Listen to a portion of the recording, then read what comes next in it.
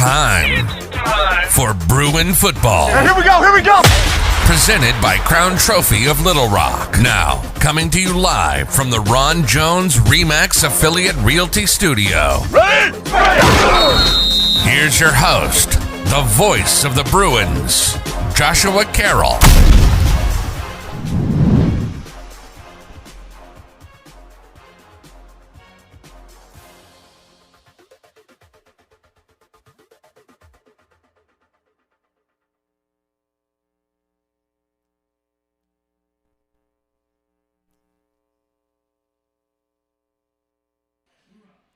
All right, thank you so much. And folks, sorry about that if we yelled at you there for a second. Last minute jitters there. Welcome to Pulaski Academy. My name's Joshua Carroll. Joining me in the sidecar. I don't know where that came from, but you're muted still, it sounds like. Yeah, I'm not sure what's yeah, something's going silly with his mic, but we'll check that out here in a second. Got Blake Amsler sitting here next to me. He's going to do our commentary this season, and I think you're going to miss one game, but other than that, yeah. Is my seatbelt strapped in now? There we go. All right, yeah, you're set. I'm in the sidecar now. You're in the sidecar, ready to rock and roll. We've got a fantastic game set up for you tonight. We've got the Robinson Senators coming just a short trip over from Highway 10, Cantrell area, over to Pulaski Academy. I'm not sure what's going on the roof, but Alicia is taking pictures. Miss Castleberry's taking pictures of somebody up there. I wonder what are we missing. But in the meantime, we just had the national anthem. We've had an invocation. The band was welcomed. It looks like Robinson's band has just made it into the stadium. Got about 6 minutes before we kick off the 2024 season. It's going to be a fun one. It's Friday Night Lights again, guys. I missed it. We're back, though. I'm sure. This is going to be such a fun and crazy season. This is, Pulaski Academy going into 7A football. Yeah, it's literally one of a kind for this school. I mean, this school started as I think a 3A school back in the day, and now you look up to about 20-ish years, and so they're in 7A. I've had so many people ask in the last month or at least a few weeks, how did this happen? How do we get to 7A? So let me just take a second to recap that. If you'll note who we have down here on the do you need a pen or something? I do. Yeah, yes. Here you go. I got you covered. I'm one of those tech guys. Yep. If you'll check out who our team captains are, we can talk about them in a moment. But to answer that question, how do we get here? I think if you look at strictly the numbers, then I think you'll find Pulaski Academy is still the size, I think, of a 3A school. And so in Arkansas, the way that works is there's a private school multiplier, and I believe that's is it 2.5? 1.75. 1.75. There you go. So 1.75. So you take the student body population, and generally speaking, for any other public school, they just use that number, and if it's between here and here, then this is your category or your conference. So with private schools, they multiply it by 1.75. Well, and then a couple of years back, they passed a law in Arkansas that basically it's kind of like points on your driver's license. If you win so many games, if you go into the postseason at all, if you win postseason games. Joe T. Robinson has won the toss, have selected to defer to the second half. So Pulaski Academy will have the ball to start. Well, anyway, as you do good things in the season, you end up with more points, and at the end, these points just kind of follow you over a moving 4-year window or something, and then. I think it's a two-year window. But, yeah, it's based off of, like you said, playoff wins, conference wins, and ultimately state championships. And so if you look back over PA's history, we are, I think, technically a 4A school that gets with the multiplier bumped up to 5A. Sure. And then with the success that we've had over championships over the last few years, that was what turned us into a 6A team 2 years ago. And then more success. 2 years in 6A now turns into 7A. Yeah, it's crazy. Were we really in 6A for 2 years? Yep. It didn't even feel like it. It felt it like a fast. year. It did. So, it's going to be fun. I was talking with Coach Wyatt earlier, as the athletic director at the school. I was asking him, what is this year going to be like? And he was, he had all kinds of ideas about it, but it's going to be fun. I know that much. So. Oh, yeah, and I love just, you've always had that in the back of, sometimes PA in the past has played like a Bryant in a scrimmage early on, or played Conway and stuff in team camps, and some of these 7A schools throughout team camps in the summer. There's always a little bit of competition of is PA really good enough to hang with these guys? Right. And then regular season comes along, PA goes and plays their 5A schedule, their 6A schedule, and these Bryant and Conways and Fayettevilles and Bentonvilles are all in their 7A conference over here like, well, you really wouldn't last. Well, we're here now. Now we're going to find out. Yeah. Yeah, we've got a crazy schedule this year. I know starting off, again, this Robinson has been a team that we play a non-conference game with at the beginning of, it seems like every year for the past, I think, 4 years now. And that's been a good one to open with. And then next week, we're making the long trip down to Madison, Mississippi to play MRA, Madison Ridgeland Academy, who has been another great team to open the season with because they really bring it. They have the strength, they have the numbers, and it's a great, formidable opponent for the Bruins. Yeah, and that's another one of those relationships that started at a 7-on-7 tournament. Coach Taylor got them to come to the shootout one year. In the summer, turned into a, hey, we have an open week. You got an open week? Okay, let's get it together and go. And now I think this is, like you said, third or fourth year that we've played them. So they've, I think, gotten into, I can't remember exactly, but I think they've been in the playoffs and into the championship potentially down in Mississippi. So a great team down there as well. They really are. The Bruins lined up on the field. It says, welcome back to Joe B. Hatcher. You'll notice that turf. It is beautiful. You've got a brand new turf field out here for the Bruins with I love the alternating colored stripes. Yeah, I thought when I first heard about it, I thought it might be a lot, but it's just a perfect difference of light green and dark green. I love it. Looks like Coach giving some last-minute words there. And here they come. Here are the 2024 Pulaski Academy Bruins.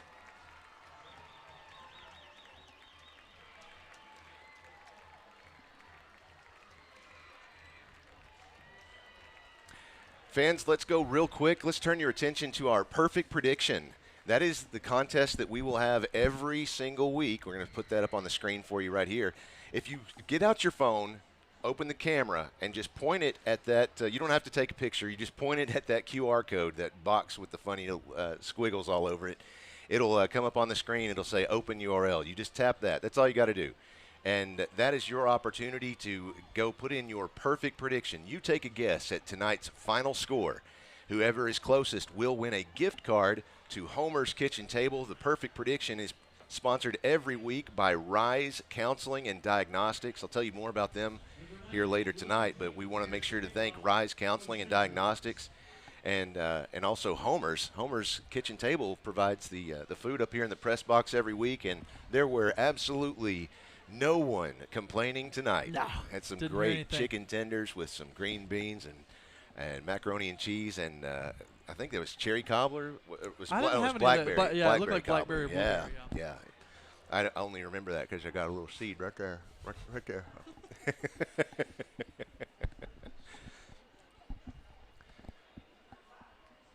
Looking to see who that is to kick off for the Senators. I think it says 98. That is William Tate, sophomore. Teed it up traditionally. It's going deep, and it is going to take a bounce at about the 2-yard line into the end zone for a touchback. It's going to take a little getting used to finding who's in what spots. I think I saw KJ back there and also number 29, Bryce Gittens back there, sophomore receiver. So it's bear with us. This is our first game of the year too, guys. No kidding. We're going to figure some stuff out as we get along. Thinking back to the scrimmage a week ago, I was really impressed against a big 6A school like Jonesboro. It used to be, I think, 7A last year. They dropped down, but really impressed by the offense, especially that offensive line. 4 seniors up front, 1 junior. Really looking for it. A weird formation to start. Is that Walden Culpepper? Is that who that is? Yeah. Yeah, in to receive the snap. He has it. Little shovel pass behind him. And that is Brandon Cobb with it. He's carrying it to the left side of the field, and he ran out of bounds. Looks like right at the original line of scrimmage. Yeah, and Coach Thrash won't be mad at that. It's a trick play. They tried to take a shot, and Brandon did the smart thing, didn't throw that ball into double coverage, and got, like you said, a yard maybe. Did enough to shake me up. I was immediately looking back at my roster going, wait a minute, that's a receiver, isn't it? Yeah. And they're in the same formation now. It is. I think that is – yeah, that is number 19, Javion Walker with the carry. Yeah, they gave a little fake, kind of switched spots with Walden this time. They faked it to Walden, and Javion kept it around the left side. Result is a Hounds Lounge first down. Good space up there led by Evan Goodwin and Peyton Crabtree on the left side.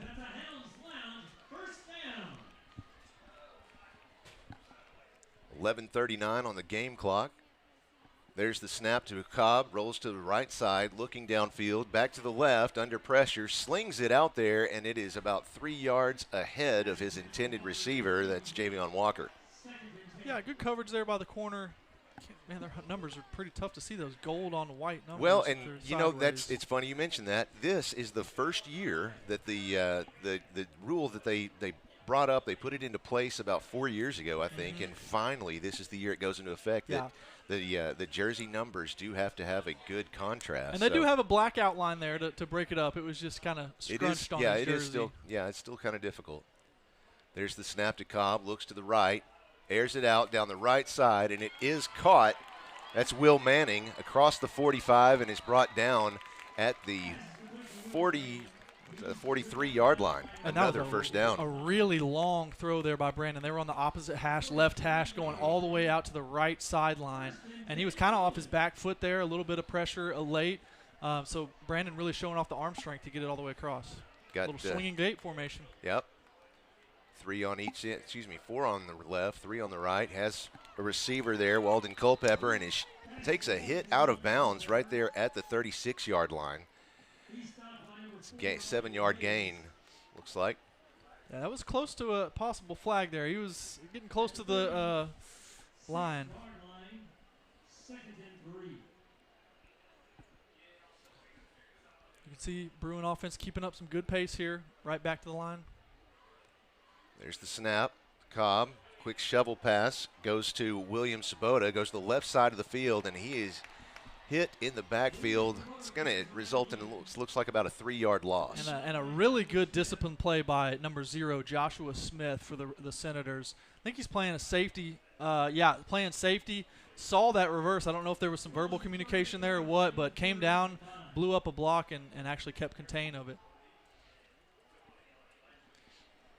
Cobb looks back to the sidelines, now in the shotgun. He has 4 receivers on the right, 1 to the left with an empty set. Has the snap, looks to the right, now down center. There he is. Airs it out, has a receiver. Oh, my goodness, and that's a touchdown. Connor Coldren with the reception. And the Bruins score with 10 minutes, 17 seconds left in the first quarter. Woo, what a catch. Coming back, a defender right underneath him, but just yanks it out from him. Great catch by Connor. That was fun.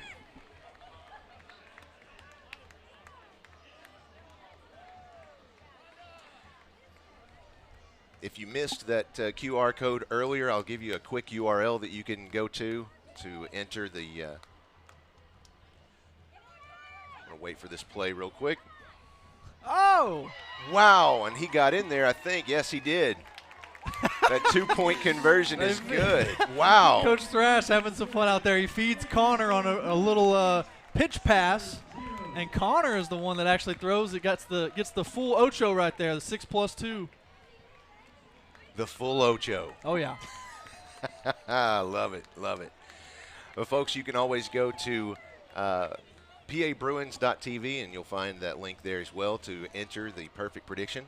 You've got until 7:30 p.m. That's when it'll shut down automatically, and so you've got until then to put in your prediction on the final score for tonight. Again, the winner gets a gift card to Homer's Kitchen Table. Did anyone predict PA with 0 points because they've already lost? No, okay. I don't think so. Okay. I can't imagine that would happen. Sure. That's Didn't know if some little kid got on there or someone trolling. That'd be an easy one to lose. Yeah, that was a quick loss. Let's see what we got. We have 25 entries already, so that's great. People want this gift card. Yeah, nobody guessed 0. So. Okay, all right, so everybody's live. Lots of high numbers. Want to make sure to say hello and thank you to Chlorine Greathouse. Thank you so much. She knows what she did. Saved my life tonight.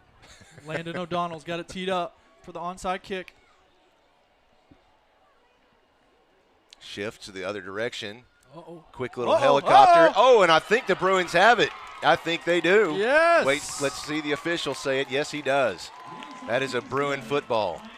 that 12? That is 12. Hunter Ardoin. Wow, what a way to start the season off right there. Hunter's a wide receiver, a junior for the Bruins. And, you know, it's the first game of a new season. I'll kind of dive in a little bit as to some new viewers may be thinking, why does PA do such a thing? Right. The reason here is that we're trying to create more turnovers and create more possessions for ourselves. So, you know, we're shortening the field by kicking it onside like that, and that goes down in our books as a turnover. Now, most stat books will not count that as a turnover, but that essentially is a fumble and a turnover. Quick quarterback keep. I think he picked up, I can't really tell. It's hard to tell. It looks like maybe about 3 yards. He did run through the chain gang there, so they got to reset. So it looks like he did pick up 2 yards. And the stick guys over there are in top fashion. First game of the year, but he knows to just drop that stick and get out of the way. Get it out of the way. He knows his job. Cobb in the shotgun again. Quick shovel pass to Charlie Cotros. Goes to the left side of the field and is stopped short of the 40-yard line. Yeah, good carry. You picked up about 5, but another. I'm impressed by this safety number 0, Joshua Smith, making another tackle. I mean, earlier he had the contain play on the reverse and kept that inside, and another great low tackle on Charlie. Brings up a 3rd and 4. Quick hello out to Matt Johnston, who's watching from home tonight and having more fun than I am. Looks to pass, and he gets hit from behind. The ball is loose. They say no. Called it a forward pass, yep. Which I think it was. Just got that arm moving forward. We have already had a few alerts on our watches and other devices up here in the press box about incoming weather. So had a lightning strike about 10 miles out, and I know Christina's watching it too. It keeps going off on my watch. There's the snap. Looks to the right side, takes a hit at the ankle, throws it. Oh, and did he keep it? Great. Oh, no, he didn't. No, he did not. I thought he did too. But good job by Brandon to at least get the ball off and give ourselves a chance. I think there was a inside move by a defensive lineman on our right side that got quick pressure on Brandon. That was actually a short pass, but the D-line came through really, really quick. Take a quick look, folks. Take a look down at the bottom of the screen, and you'll see just above the scoreboard, that is the Ron Jones RE/MAX Affiliates Realty live fan feedback. That's our text message line. Now, don't bother calling it because nobody's going to answer. But it is great for texting. If you have thoughts on the game or you just want to cheer on a player, feel free to send a text message right there. And I'll tell you, we do have the ability to track those numbers and track you down. So be nice. Don't say anything you wouldn't say to your grandmother. Airs it out.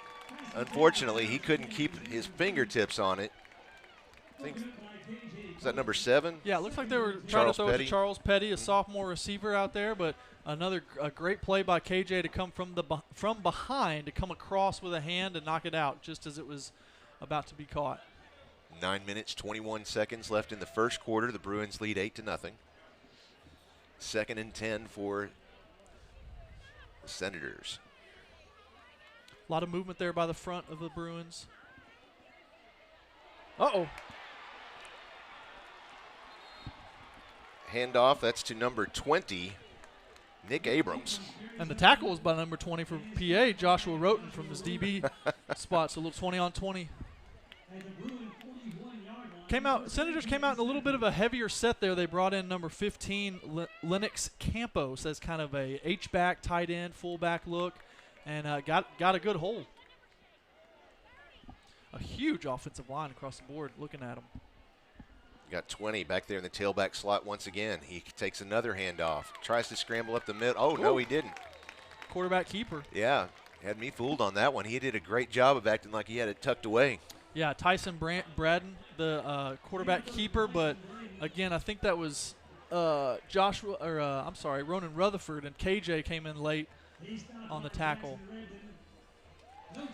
Got Chris Lane says, "Go Cinco," from our live fan feedback, and also "Go Bruins." Team Hyman watching from Evanston, Illinois. There's the snap to Tyson Braden. Airs it out to the right side. No. Dropped it. He had a chance, though. Hit him in the hands. Yeah. What number was that, 5 or 2? That is 5. Yeah, I think that was 5. Jaden Todd, sophomore. So hey, maybe maybe those sophomore nerves got to him a little bit. Maybe his first varsity game. Sure. And this brings up a 3rd and 10. Again, this is going to be. They've had a lot of success running the ball here in this first drive, but they're going to have to throw, coming out with 4 receivers right. One to the left. Has the snap, rolls to the right side. Under pressure now. Throws it out of the stadium, which is not hard on that yeah. far side of the field. He's only got about 3 or 4 yards to get it out, but right. Great pressure there. Good speed by Caden Nash, the inside linebacker, who really impressed me in the scrimmage last week. Just kind of a calmness, but also a very tough and aggressiveness to him as well, which is great to have in the middle linebacker spot. Knows all the roles, knows what everyone's supposed to do, lines people up. Miss Greathouse just texted me and said, "Thank you so much for the shout-out. My grandson is number 7. Yes, ma'am. We know who Mason is. Put that one together. That wasn't a hard reach, but absolutely thank you for your help today. 4th and 10. And yeah, this is kind of no man's land. It's a tough place to punt from, and, well, Robinson's going to think about it. So that's the first. Timeout. Joe T. Robinson, first time out of the half. That is the first. Sorry, I'm having a moment here. It's not just a timeout. Oh. It is a Henson Loop Automotive timeout. There we go.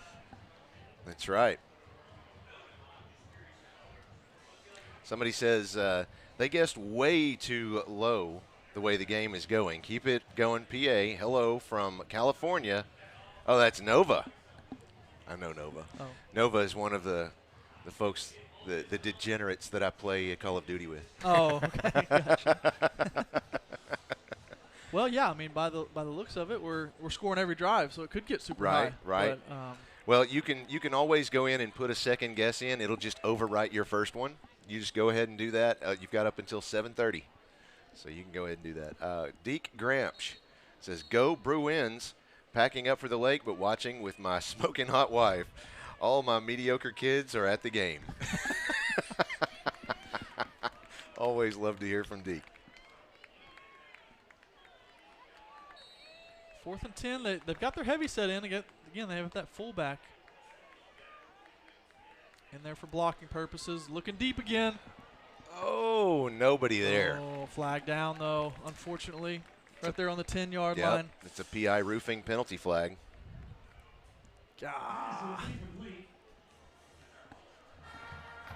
Holding.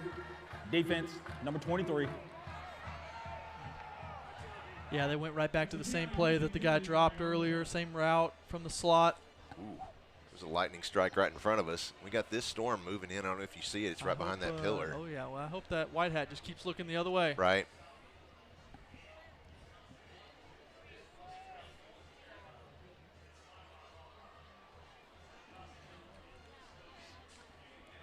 Looks like I've got a whole squad of Call of Duty players that are watching today because I'm hearing from them now. So there's Heartless out there as well.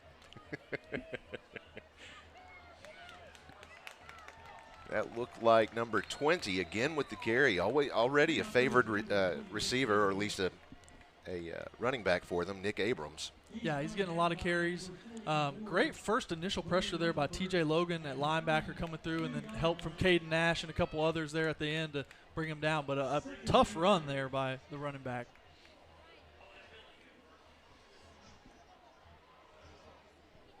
Second down, 11 yards to go, 7.5 minutes remaining in the first quarter.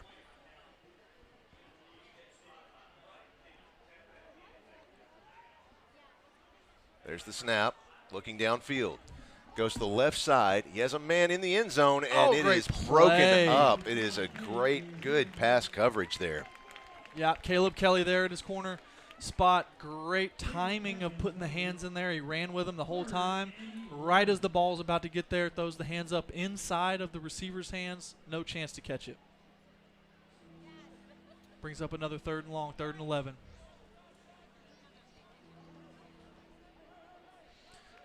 Empty backfield, no one to help block, so expect Coach Taylor to bring some pressure here. Try to get that ball out quick. Here it comes. Nice. Oh. Perfect. Going nowhere. That'll bring up 4th and 11. Yeah, drawn up perfect by Coach Taylor there. He got TJ Logan free on the edge, got his hands up. Ball had to come out really fast. Even if he caught that pass, we're really going to expect Jack Trefla to make that tackle before the sticks. It's just crazy how many people they pack in on that visitor side. I know. I looked up and I was like, I didn't even see all the standers on the right until just a minute ago. One of these days they're going to fill out that visiting section all the way across. It might make enough room. Yep. 4th down. Goes to the right side. He has a receiver in, again, number 20, Nick Super Abrams. close. I think he's short, though. I think he's spotting him short. And great hustle by Josh Roten, Yep. KJ Colin, a couple others. Caden Nash got out there, too, from the linebacker spot. Great hustle because he really did have enough space to get that first, but the hustle play from all the way in the inside all the way out got there.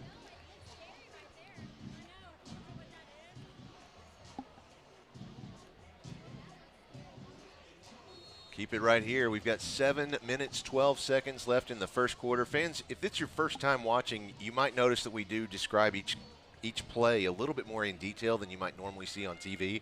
That's just because the Bruins have a lot of visually impaired fans, and we want them to keep up with the game as well. You've got 5 receivers on the right side. The pass goes to the right to Javion Walker. He is met by a shoulder pad there at the 35-yard line where he's forced out of bounds. So that's about a 12-yard gain? Yeah, great job by the receivers out there. I mean, obviously they get the ball to Javion, but you had Connor Coldren. It looked like Will Manning as well out there, kind of double teaming one of the corners and making a lot of space for him.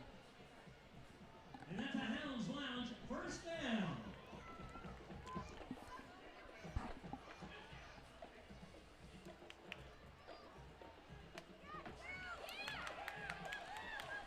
And there's a little reward for Will Manning blocking on the last play. Gets a quick pass out there to pick up about 8.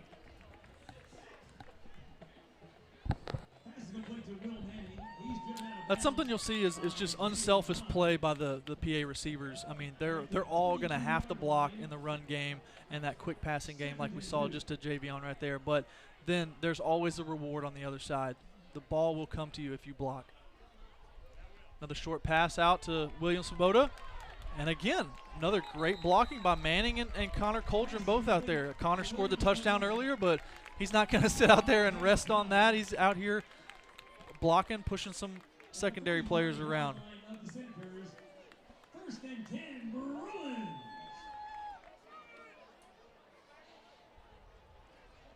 5 wide, 2x2 with Javion in the slot on the left.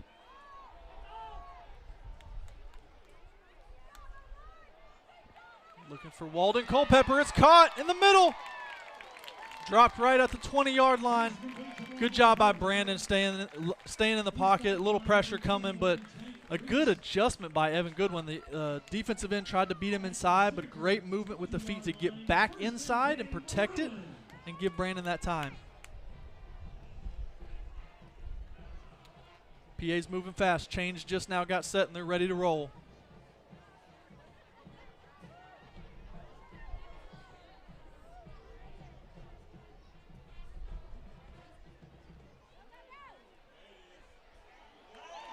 Touchdown! Is that Connor again? No, it's not. My eyesight's not that good. Is that 18? Max Conine? I think it is. I think it's number 18, Max Conine. Sorry, I've got to get used to the body language and new numbers of everybody. Pass is complete to Max Conine. Touchdown, Bruins.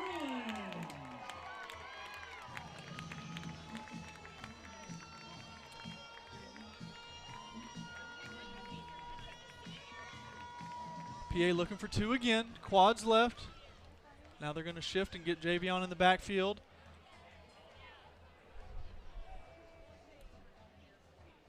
Little flip pass to William Swoboda. Trying to find something, but just is not going to be there. 2 point is no good. Well, that storm is just moving on in here. I don't know if you can see it there. Yeah, You can't really see it at the top of your screen, but it is getting dark. Two good opening drives by PA. A lot of that through the passing game, especially that drive, the short passing game, which kind of, like we said, led to receivers having to block for each other out there. Doing an incredible job already. See Evan Goodwin already huffing and puffing, and that's one that everyone is watching already this year. 4-star recruit, rated, I think it was 81% rating. He's already got multiple Power School offers there. Yeah, a lot of D1 offers, a lot of Power 4 offers. I know I saw Oklahoma State, Wisconsin, among many, many others.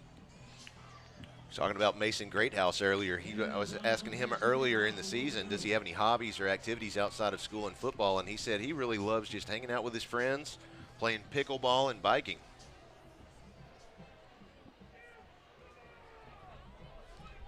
Landon O'Donnell set for another onside. We're working at 100% recovery rate right now, so that's good. We got to keep it going. Switching it around the other side again. Ooh. This time they get it, get some fingertips on it. And there's that. I think that's the same running back. That's Nick Abrams once again. Running through some arm tackles. A big return all the way back to the Bruin 28. But the flag is down late. I don't know what. I didn't really see that. Maybe it was. During the run, blocking the back. Offense on the receiving team, number 0. Hey, we'll take that. Bag them up. Well, that hurts. You get a good thing going, and then nope. Yeah, back. It's now back to basically the point of the recovery, really, about almost the 50-yard line. Or no, I'm sorry, 43-yard line.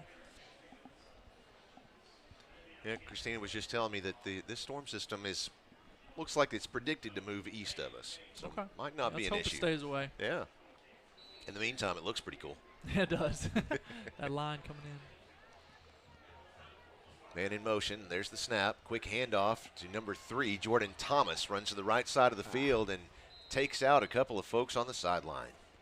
Yeah, good pull there by the fullback again. They came in with a heavier set on offense. Kicked out. I think that was Jake Fuller that kept contained a little bit. But then the running back squirted out for a first down, or close to a first down. Maybe they're calling. Yeah, they call it first. As long as they get that one with the numbers in the right place, we're okay. The rest can move on. That's one man in the tailback slot, 2 receivers on the left side, 1 on the right. Quickly hands it off to the tailback. I think that was that number 3? Yeah, I think of number 3, another running back. Jordan Thomas. Yeah. Both the running backs have looked really, really powerful and quick back there. I don't know if you can see it in that picture. You've got Cameron James on the camera tonight. We've got a skeleton crew right now, but that flag, it's just outside of the view from your angle at home, but that flag is just completely unfurled and just giving it the business. Yeah, that wind is picking up. Same formation, has the snap. Under pressure now, goes to the right, throws it out of bounds. And that should be, I feel like that should be intentional grounding. There was no one in the area at all, and he was pressured by Peyton Adams. Refs are kind of talking it through. I don't know. Okay. I'd have loved to hear what they said about that one, but either way, 3rd and 4 coming up. Again, a lot of motion by the PA defensive line. You see J.T. Phelan, Peyton Adams. We already talked about Ronan Rutherford earlier. A lot of movement. Watch him here, moving. Trying to mess up the assignments up front. They squirted through. And that's one of the downsides is as they move, you might move yourself out of the right gap that you should have been in. So, Coach Taylor might be up top kind of rethinking some of that. Do we still keep moving? Do we kind of get more settled? Right. And just keep our gaps, play some solid defense. But it never hurts to mix it up, keep them on their toes. 4.5 minutes left in the first quarter. Bruins lead 14-0 over Robinson High School right here in Little Rock.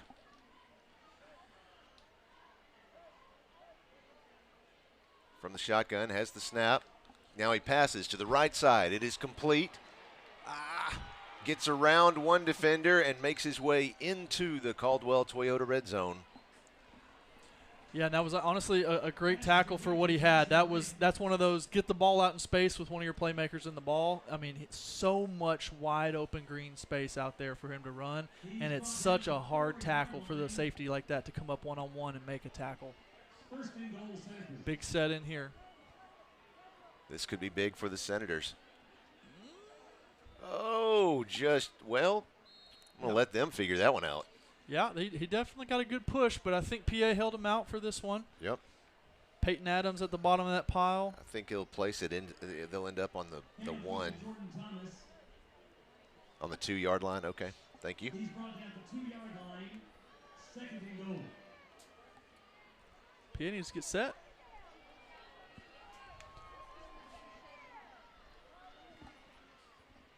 There's another handoff. And I think he got it in there that time. Let's see. No hands yet? Nope. Wow. I'm with you. I kind of thought the push was there, but I did too. The refs say otherwise. Short. Okay. 3rd and inch is coming. 3rd and goal. Again, this Bruin D-line, interior D-line's got to play huge. You're going to bump Ronan Rutherford down in there. You got Peyton Adams right on the nose. You got JT Phelan in there. Got to get a push and shed one of these blocks. Make a big tackle for loss. Oh, he got in there that time. Yeah. I still don't see any hands. White Hat finally put it up there. Yeah. Okay. But My yeah, guys, not everyone did. Isn't that what the side judge is for? He's supposed to be watching that line. You would think. You would think. We have a gray vehicle. License plate ARV81F. This is the time in a Travelers game when I'd be like, okay, you've got the dirtiest car in the lot. I've heard that once or twice. Fun stuff. Let's take a quick look with just under 3 minutes left in the first quarter. Take a quick look over our Ron Jones Remax Affiliates Realty Live fan feedback. Let's go Bruins and number 33, Peyton Juice Adams from Auntie Deidre. Great job to my big bros on defense. This is Chase Hancock from the freshman Bruin team. Can't wait till we move up this year. Go Bruins. Go Charlie Cotros. Our love from Yaya and Papu. I love it. That's a gray Malibu. License plate ARV81F. It needs to be moved. And then Coach Madison Taylor's parents are watching from Music City, USA, over in Nashville, Tennessee. Hey, they're dedicated. They're always there. Yeah, they're with us every game. Love to have them. Love to have them.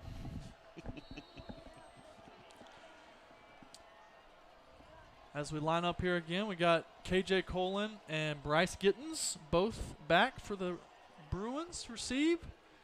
And it's another deep kick into the end zone.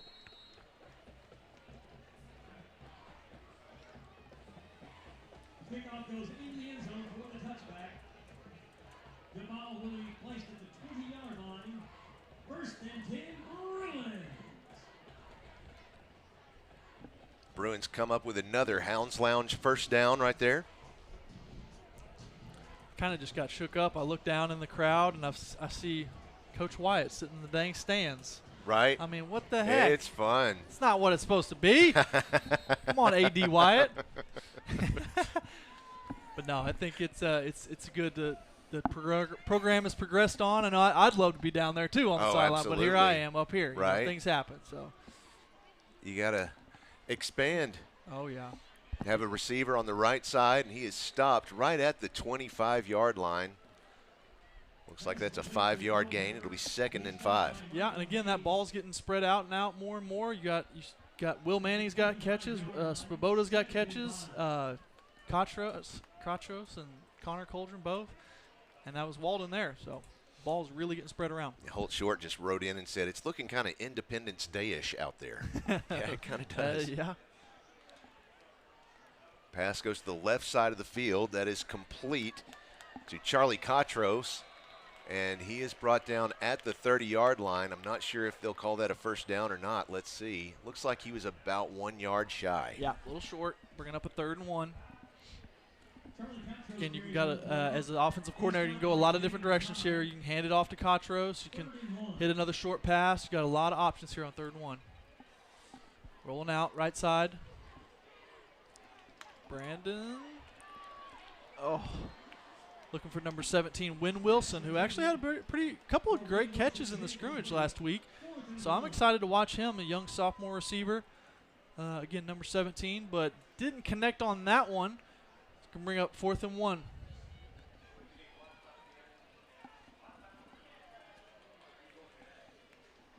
Minute 48 seconds left in the first quarter. Triplets stacked on the right side of the formation. You have 2 receivers on the left with an empty set for Cobb. And was that a timeout called by the Bruins? Yeah. Looked like Brandon was going to keep that one. Pulaski Academy. First time out of the half. And it seemed like he may have had enough space there, but again, Coach Thrash didn't like the look, or Coach Lucas down there didn't like the look, so go back to the drawing boards.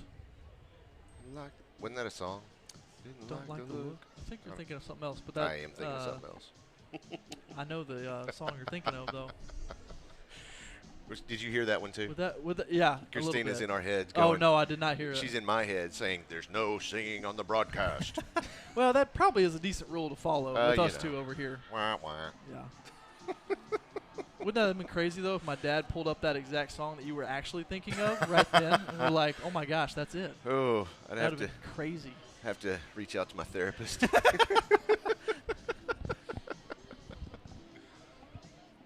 He's here in the stands somewhere. I don't know if you're talking about my dad or Josh. No, my therapist. Oh. All right, here we go. 4th and 1, empty set. Brandon's by himself. Looks to flip it out to Walden this time. Yep. Oh, couldn't turn it upfield. A great tackle. Yeah. I think they stopped him. I think they did too. He had a little bit of space, but great tackle. I missed the tackle. Robinson got that one. Man, yeah, what a 4th down stop there.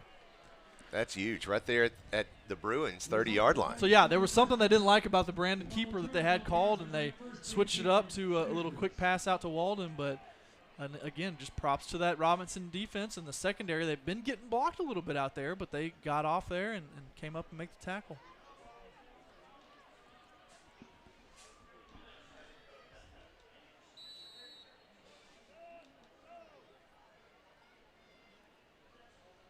There it is. I was looking for that form right there. Handed off. Oh, wow. Handed off to number 20 again. Nick Abrams, that senior 5'10", 200-pound running back that's ran really hard so far. But a great tackle by KJ from corner all the way up. Made a low tackle, exactly how you draw it up, and quickly got him to the ground. Spreading back out another quad set here. 4 receivers right.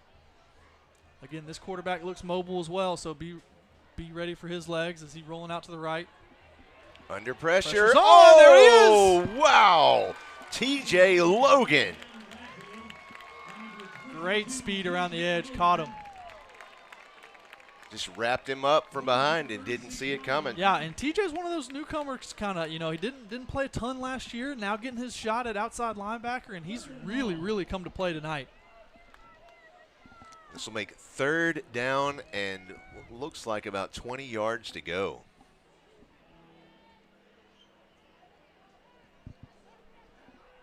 Third and 18 once they measure it with science and math.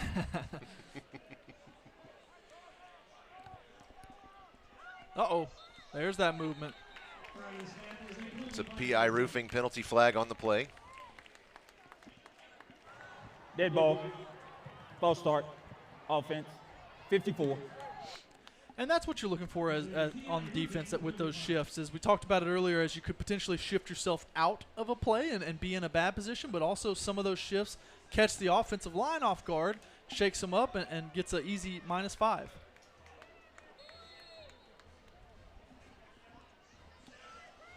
Steps back, looks to the left side, No under pressure again.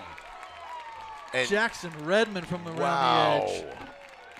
And, man, he just looks like a hoss. I mean, I know he played a lot last year as a sophomore, but goodness gracious, he looks even bigger than he was last year. And he does look bigger. Showed a really good speed around the edge, too, to track him down. 2 sacks in a row. That brings the end of the first down. The Bruins lead this one 14-7 over Robinson. Let's take a short break. We'll be right back with more Bruin football on PA Live. Fans, it's time for the Caldwell Toyota Tip of the Week. When choosing a car, be sure to prioritize safety features like airbags, anti-lock brakes, and electronic stability control. These features make a big difference in an accident, helping to protect you and your passengers. It's worth investing in a car that offers solid safety ratings. This has been the Tip of the Week from Caldwell Toyota.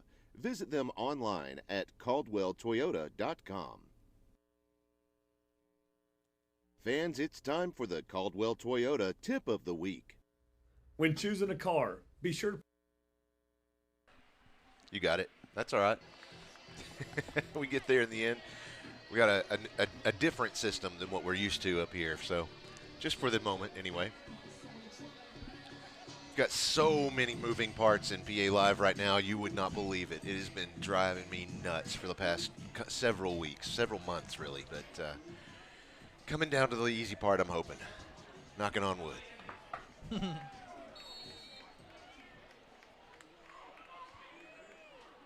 4th and a mile. Yeah, 4th down, 30 yards to go for Robinson. They're going to punt it. High punt, almost got away from him. It takes a bounce inside the 25-yard line, and great roll. Nice roll, and they stop it just outside the 5. So it's a great place for them. Just runs off only 4 seconds off the clock.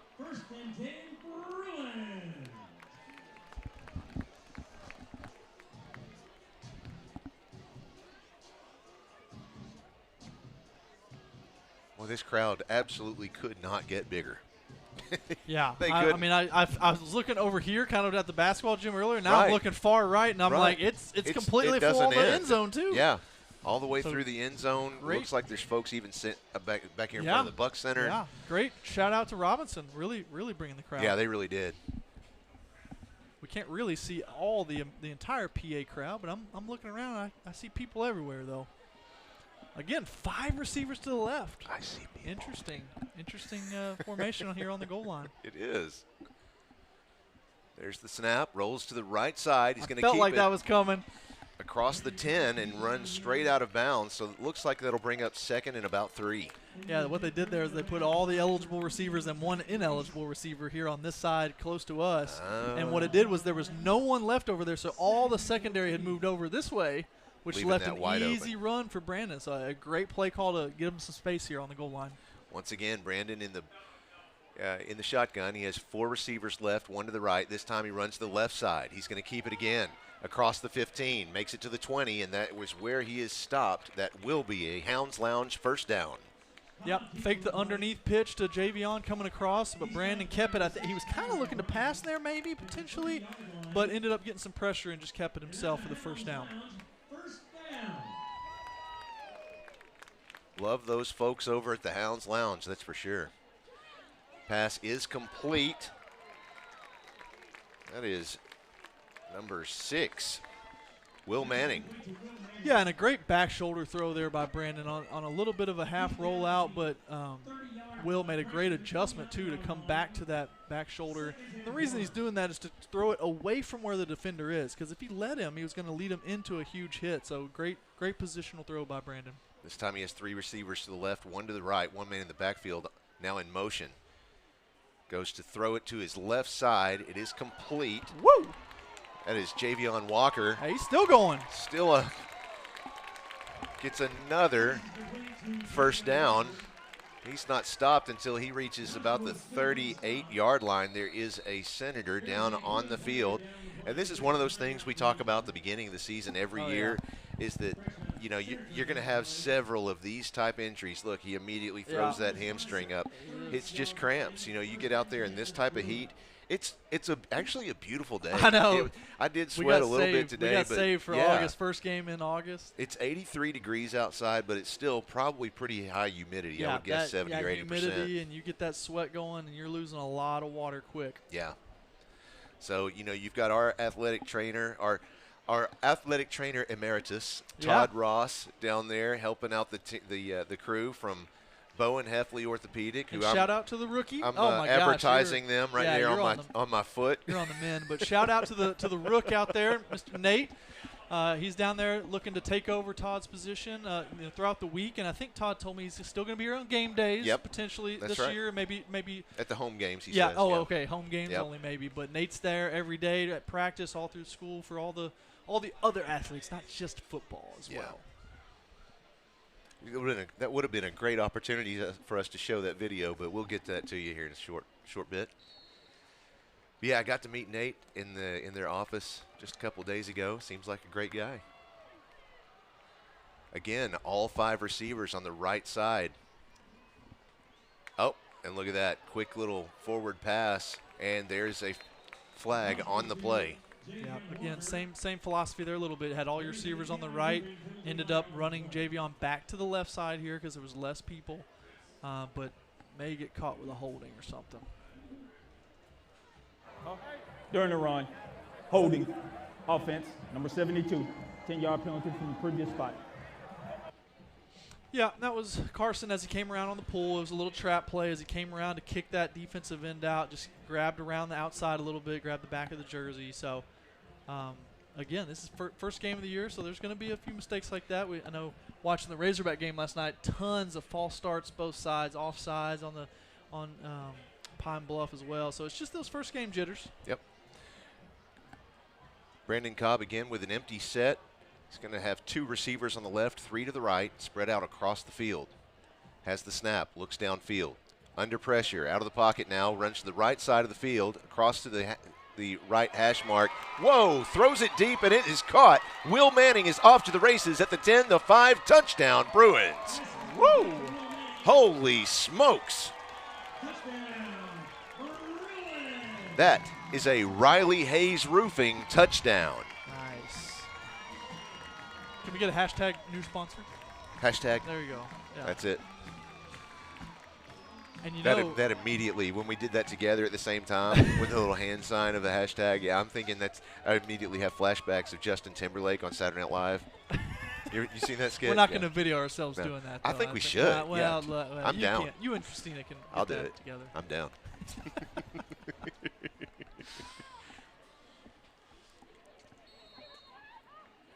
Cameron's having a little issue with the camera, it looks like. Sorry about that. I think it just got away from him. Senators are having a few trouble. Timeout. Joe T. Robinson. Second timeout of the half. One thing to think about on that last play is I really think there was something broken about it because there was a couple of PA offensive linemen that were pretty close to being downfield. I feel like they were trying to set up some sort of screen pass or maybe there was miscommunication or something, but no flag. So obviously, hey, it counts. We'll take it, but it was right on the verge of potentially having a man downfield. Right. Well, this timeout, as all of them, are sponsored by Henson Loop Automotive. Just a couple of blocks up the street from Pulaski Academy. They have full vehicle diagnostics. They can handle engine repair, AC and heating, whether you have coolant system issues or brakes, steering, suspension, you name it. These are the guys. I have known these folks for several years, and they're just great people, good people to know. And especially, it's always good to know a friend in the in the car maintenance industry. So, that's who these folks are. These are your hometown buddies. Hey, they didn't ask for this, but I'm going to add this one on. All right. My grandfather, the stickler of all car repairs, went to them 40 years ago, was a loyal customer. No kidding. Of Henson Auto and Tire. So, all right. Yeah, shout out to them. All right, very good. Back to the game here. Goes to the left side, incomplete. Oh, nothing, huh? I was thinking there ought to be a flag there too, but that's okay. I guess the rest thinking maybe their feet got caught together and it was just innocent, but so. Walker is incomplete. The 2-point conversion is no good, making the score Bruins 20, Senators 7. So with 10 minutes, 37 seconds left in the first half. The Bruins lead 20-7 over Robinson. I want to make sure that we say howdy and hello to a lot of our other sponsors. We've got so many this year that have joined us on PA Live, and so I just want to make sure that we say thank you to them. I'm trying to find my long list. I sent so many emails today, now I can't find it. It's so silly. Well, anyway, I can name off the ones that are off the top of my head. You don't That's have these scary. memorized yet? I don't. I know, right? You've got Hounds Lounge, who's sponsoring the first down. Those folks are great. Great little daycare or night care if you need for your pup. You've got PI Roofing. You've got Homer's Kitchen Table, Caldwell Toyota, Kaufman Lumber, Henson Loop Automotive, and, of course, Riley Hayes Roofing and Akel's Carpet One. There's just so many. I'm going to miss somebody, I'm sure. Let's see, who have I missed? Ron Jones, Remax Affiliates Realty, Rise Counseling. They're huge for us. And, of course, our presenting sponsor right there, big on the left-hand corner of your screen, Crown Trophy of Little Rock. Great folks over there from the Cole family. Been with us for a long time now. Another onside kick there by Landon O'Donnell. Good speed on it, just didn't get that last hop to get over the initial returner. So Robinson's going to take over. I love getting these. This is from a former student. How about this? Go Bruins from the Hancocks. That's Emma and her classmates in the Dominican Republic. Wow. Emma Hancock and all of her classmates there in the Dominican Republic. Get some PA Live. Watching PA Live. I love it. That's fun. Thanks, Emma.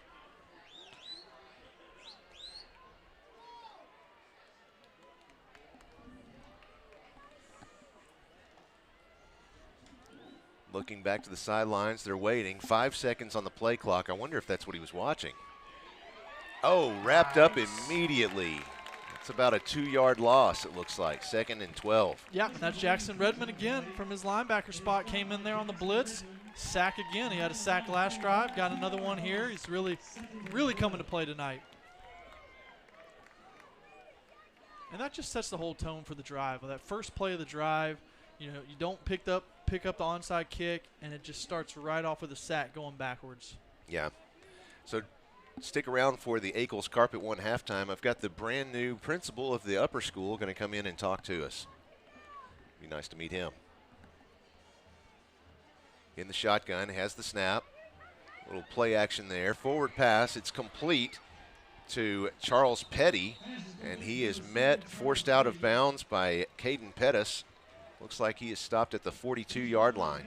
Yeah, and actually good pressure there by Jake Fuller out on the blitz, but just an even better job by Tyson Braden, the quarterback, to get the ball out. That does move the chains. It's a first down for the Senators.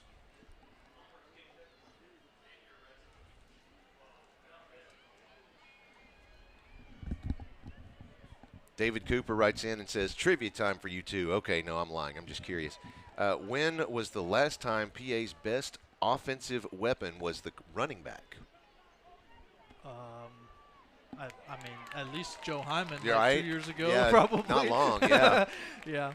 We've had plenty of good running backs come through here. I wouldn't say that there's any one year where I would say it's one or the other. I think it's been pretty heavy on both. Yeah, there's times that the receiver was more of the dominant force. I'm thinking back to like the L.J. Wallace and Hunter Henry days. Right. They were probably the leading force. But, I mean, gosh, such a long history of running backs here. You've got, Joe Hyman, Jaron Watkins. I know I'm going to forget people. But Broderick Green, gosh almighty, I know I'm going to forget some. So I don't even want to start naming them now that I've got going.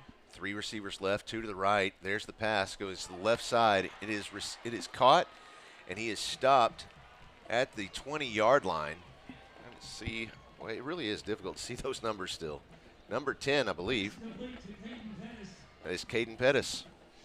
Yeah, good pass there, and actually a great tackle by KJ to kind of make up. I don't think that was supposed to be KJ's man, but he was kind of came off of his man and made that tackle to save a touchdown.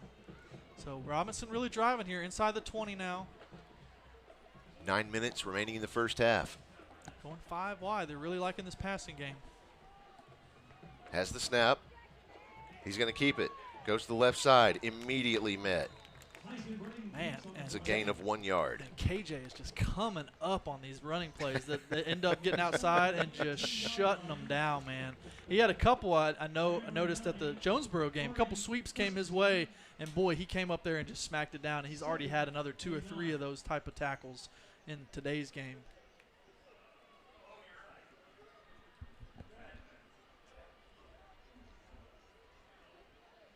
So they go from their 5-wide set back into their power set. Getting the fullback in there, big running back. There's the snap. Goes to the left side. It's caught. And you'd think they'd learn. Right? I just talked about him. There he is again. KJ testing the senior corner who's played. I mean, this is his 3rd year starting. He started as a sophomore. I mean, he's played almost every game for the last 3 years. Let's not run a bubble to that guy's side. Tell him, Coach. I'm trying. But, hey, if they want to keep doing it, by all means, be my guest. Can you turn my ears down just a little bit? Thank you.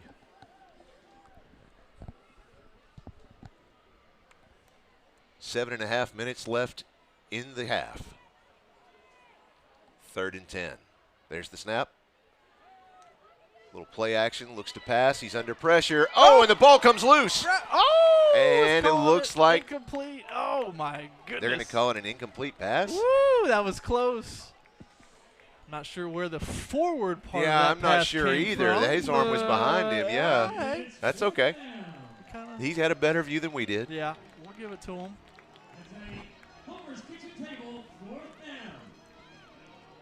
Couple substitutes coming in here. See Conine and Connor coming and getting some tall bodies out there. I guess maybe they're going to look to maybe block this field goal. It's a rare thing. I forget about field goals, honestly. Isn't that crazy? There aren't many on this field. No. Here it is. The kick is up, and it is no good. I believe Wide it went wide right. Yeah, landed a little short, too. So, yeah, good stop there by the Bruin defense. 7 minutes, 12 seconds left.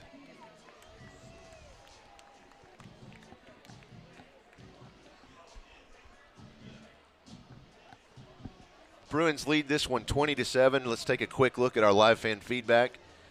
Russ and Mandy Jackson watching from their condo in Orange Beach. They say, "Go Bruins." Boy, that sounds nice. Somebody says, "Can you give a shout out to Joshy?" Oh, good grief! I know who that is. I need to save that number. Oh no, that's not who I thought it was. Who is that? Are you Joshy or Well, a player I don't know. Joshy? I'm not sure. Okay. Well, you can shout yourself out. Well, I'll shout you out for you. I mean, you some know? people call me that, but you know, You not in public. You most got of the time. Christina's name saved Yeah, in right. there? No, Okay. it's saved. Yeah. Okay. I had to stay home because of a cold tonight. Glad I still get to watch the game. Great job, guys. Go Bruins. Oh, in and out of the fingertips. He wants that one back. Yeah. That was intended for Jaden Todd. And I like the thought from Brandon to get the ball out fast, but Walden just kept running and wasn't looking back at the same point.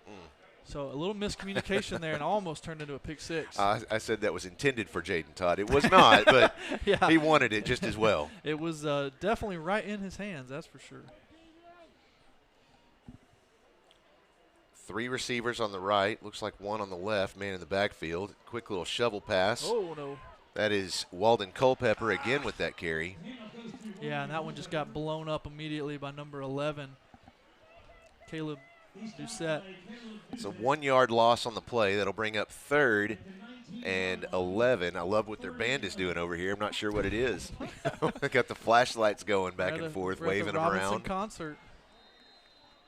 I think Robinson's wanting their final timeout here. Yeah, they're going to get it. Important 3rd down coming up. I mean, if they get this stop, they got great Timeout. field position. Go to Robinson. So this is a 3rd and big final play. time out of the half. Let's take a short break with them. No, she's not ready for that. So we're not. We're going to keep it Hey, right look, here. I was going to go back to the Yeah. fan feedback you had. Yeah. I know we got a lot. We got an Orange Beach shout out, but here's what I want. I want a picture sent in of what kind of setup you've got going. I mean, are we talking 85-inch TV? Are we talking surround sound? That's a good question. I want to see maybe what beverage is sitting next to you. Give me the ambiance of where you're watching. Paint us PA a Live picture. from. Yeah, I want to see it. I like that. We did have a few folks that were watching at some place in North Little Rock, like a restaurant or something a few years ago. They Yeah, sent us a I wanna picture of see it it. on the big screen and stuff, so that's fun. Let's see. Had a cold tonight. Let's see. This one says, "Hey, what's up? My name is Sam. I got Joe T. Robinson just showing my support. That's awesome, hey, he's Sam. out there. Thanks for watching. Yeah. Love it. Always love to have folks along with us for the ride, no matter who you're supporting. You know, we're not enemies. We're just opponents. You know, sometimes people get a little carried away with that. Pass goes to the left side. Nice. It is complete. Great catch. Yeah, it's a great catch. It looks like about a 7-yard pass. Yeah. It's Got gonna be a another little cramp short. on the field. Yeah. A little short, so it will bring up 4th down. PA was trying to go fast there and catch him off guard, but the injury slowed him up. Let's see. Go back real quick. I've got one more live fan feedback. It says, great broadcast. Watching in Annapolis, Maryland tonight. Both teams battling hard. Robinson once again has a solid core of linebackers. Reminds me of the group they had in 2002, led by J.T. Harper and Drew Carl. One man is no land. No, one man is no man. Excuse me. That's from David. Yeah, great linebackers, and they got a big old offensive line. We were looking at the roster earlier. They got a couple guys, I mean, over 300 pounds, 331, I think number 74 is. So big Ask and ye offensive shall line. receive. Yes, who we got? That's Mandy and Russ okay, Jackson. Here's our Orange Beach TV. That's All their right, Orange Beach nice. TV. Watching it right there. I'll take that. Oh, that looks good. Sharp picture. I was kind of hoping for like an ocean view in the background. Oh, kinda, yeah. Like gazing over the TV. But Yeah. hey, look, it is what it is. They need one of those blow up screens little on the beach. projector? Yeah, with the Oh, projector. Yeah. Next time. Next time. With a little campfire next to them. I can build the setup. You know what? I'm kind of thinking that's not bad. What do we got to do? Here we go. 4th and 3 from the 10 PA seconds zone. on the play clock. There's the snap, rolls to the right side. Pass goes to the right immediately, and he is brought down. He picks up the Hounds Lounge first down +2. Yeah, solid hands there from William Sabota. You know how he is. Solid receiver, good hands. Had a great sophomore season last year, looking to add on to it here junior year. And that's almost, what, is that 3 plays in a row that we've had some sort of injury?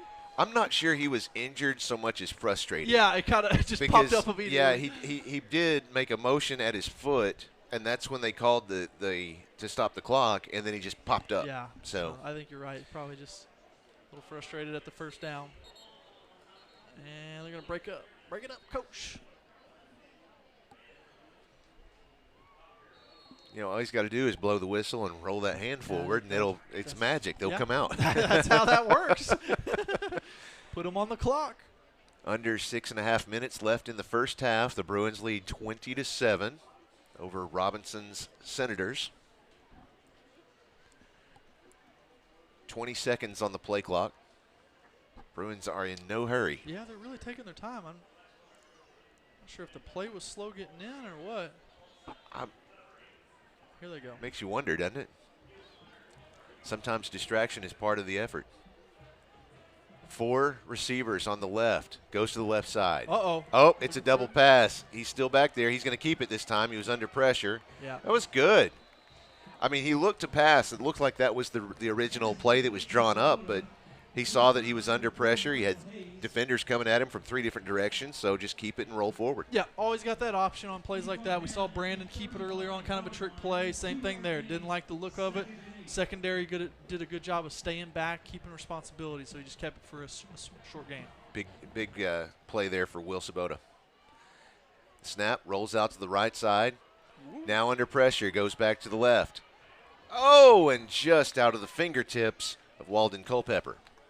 Yeah, and that's not the worst play. Brandon was under pressure from the backside here as he turned around, and just kind of really that ball was kind of thrown away, but just happened to be in the general direction of Walden, to where, hey, if Walden makes a crazy catch, great, but in general, the ball's out of bounds and we get to live another day. Cobb now has 4 receivers on the right, 1 to the left, has an empty set in the backfield. There's the snap, 3rd down. Looking downfield, has plenty of time, and it is caught by Walden Culpepper. It's not enough for a first down, but yeah, that gets them about 7 yards closer. And again, a great connection, but if you're Coach Lucas and the receivers, you're going to say, why not just run the route 2 more yards, right? Push the defender back that much more, get yourself some space and time for the catch in the first down. Definitely instead of one for film study. Yeah. Going to try and push it forward, and he gets it. Nice That job. is your Hounds Lounge first down. Yeah, kept the legs churning. Had to make a cut right there, right when he got the handoff, but turned it into a first down. He stopped by Kyron Grimes at the 44-yard line. And that's our Hounds Lounge. Really bringing out this 5-wide set. Yeah, it's interesting. This is, what, the third time they've run it? Third or fourth? All the time. He's got all semester to run that one. Blocking in the back, and it looks like they're going to intercept this one. Now, how does this work with the penalty? Well, they can just decline it. It's probably holding on us, which it didn't look very egregious. And Eric Parks kind of talked to the ref like, what happened? But, again, the interception, takes out all that. And, yeah. It was on a frozen rope right to him, too. It was, yeah. And it was just such a long throw that he had plenty of time to get back underneath it. Did you hear that? Me using cool sports terms like frozen rope. Oh, yeah. Taking it to a new level this year. I'm really proud of that, Yeah, I just Googled it. And you see down there Coach Thrash kind of having a conversation with Brandon of like, hey, that just didn't need to happen. We could have easily, like we did earlier, throw it out of bounds, live to play another down. Holding. Offense, number 54. Penalty is declined. Result of the play is interception. First down. Yeah, it's unfortunate for the Bruins, but great play for Robinson, that's for sure. Yeah, setting them up in PA territory here, 42-yard line. Well, and a chance to get closer. You get this far along in the first half of a game. You got 4:47 left in the first half. You're down by timeout, Pulaski Academy. Second timeout of the half. You're down 20-7, and you still have your head screwed on tight enough to realize, okay, here comes a pass. Let me jump in front of this receiver. Yeah. So got to give them props where they're due. And it looked like Coach Jones, who's down there calling plays now, signaling in plays rather, getting the calls from Coach Taylor up top. Coach Jones didn't like the look or didn't like how we were aligned and called timeout on the defensive side to get everybody on the same page. Check this one out, Blake. There's another picture. This is the setup I'm recording with. Also, hi, Mom, from Gavin. And it looks what we're looking at, folks, is a picture of he's holding a tablet in front of him in the end zone of the Bruins. Oh, you're right. He's on this end. Yeah, he's over there under the that's Bruinception right there. We've got a phone taking a picture of an iPad, taking a picture of the end zone. Field. Yeah, the field. I love it. So that's great. And that he's listening to us goobers? Oh right? Awful. Ugh. Love it.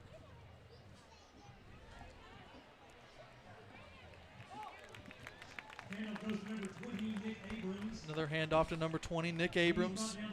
Yeah, running back, and again, KJ Colin coming up from his secondary spot and making a good tackle.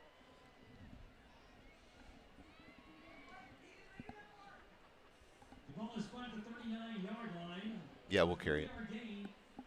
Second and 7. Got a 20-minute halftime tonight. I was told by Coach Wyatt, it was one of the things I asked him earlier today was, is that something we can expect is of going back and forth between a 15 and 20-minute? He said about 85% of the time we can expect a 20-minute halftime in 7A. So it's always good to know.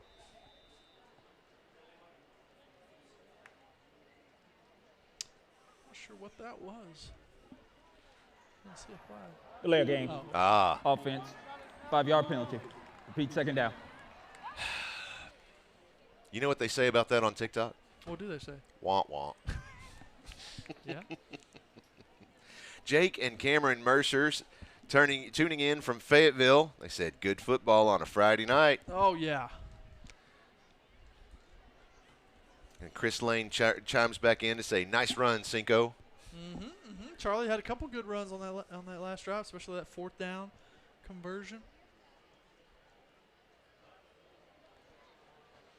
Charlie's a senior this year. He started at PA in the 8th grade. Told us earlier this season that his favorite subject is English because he's good at it. He loves to hang out with friends and hunt. And his personal achievement he's most proud of is almost being done with high school. Hey, that counts. That's an accomplishment. He's a winner of the Honor Above All and winning and has won the Philanthropy Award, both at PA. Said his hero or his mentor that he admires is his dad, who taught him everything he knows. There's the snap. Looks to pass. Goes to the left side. Into the in and out of the view of the crowd. Almost in the stands, but didn't even make it there. Almost made it on top of the gym. Good pressure again by Jackson Redmond, fighting on the inside to get some pressure, and good coverage there by, I think that's a new defensive back, Hartford Lowe, in at the right corner. Good coverage. 3rd and long.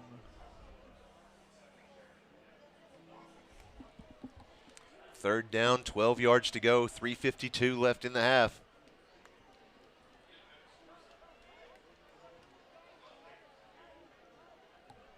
Four seconds on the play clock. Has the snap. Pass. Whoa! Hit somebody's helmet. And almost picked off by Josh Roten. Hit somebody in the back of the helmet. Wow. I think that was Caden Nash that got through and hit the quarterback and maybe pushed one of his own guys back there, but caused, a crazy ricochet and almost an interception. So this brings up a Homer's Kitchen Table, 4th down. If you haven't been to Homer's Kitchen Table, they're just down the street from Pulaski Academy off of Rodney Parham here in Little Rock, and it is some of the best hometown, home-cooked meals you'll ever have. Ate over there for lunch yesterday. Had a chicken strawberry salad that was just awesome. That sounds good. You know, I was so hot. I don't normally crave salads. It's not my MO. Delay of game. Offense. 5-yard penalty. Repeat 4th down. But a chicken strawberry sounds nice and refreshing. It was. It was awesome. It's just what I needed.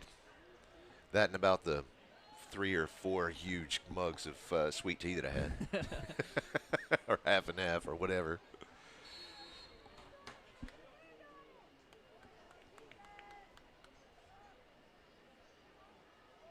Might have to get back into that cobbler after the game. Nice little punt. A little bit shorter than last time. Yep. Still takes a Robinson roll, and it stopped just about the 22-yard line. And will be spotted at the Bruins 21-yard line. 1st and 10, Bruins.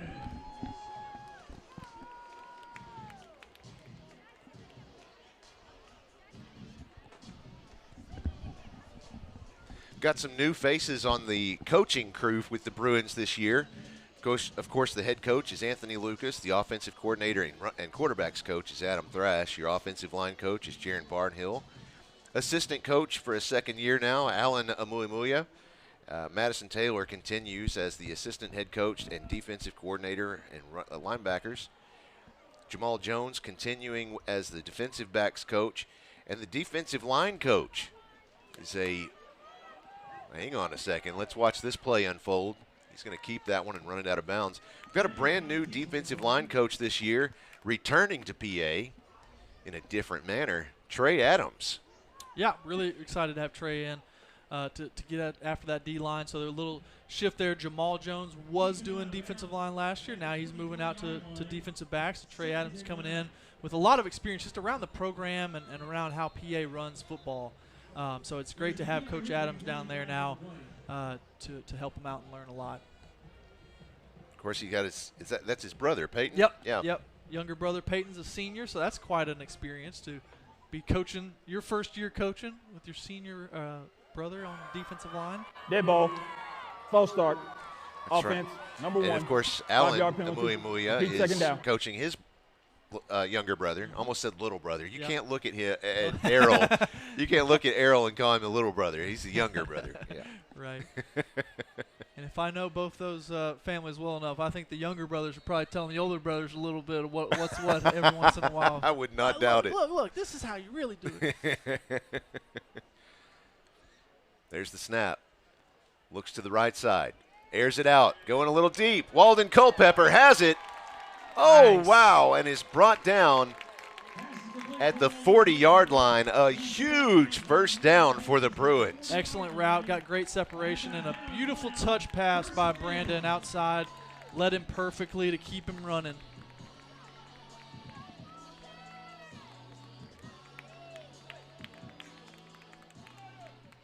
PA's up on the ball, ready to go, keeping it fast.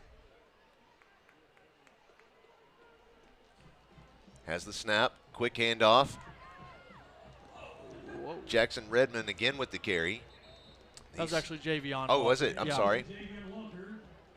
And almost broke a tackle there, but could have turned into a really big run. Another official timeout. Yeah. Looks like one of those that we talked about. Yep.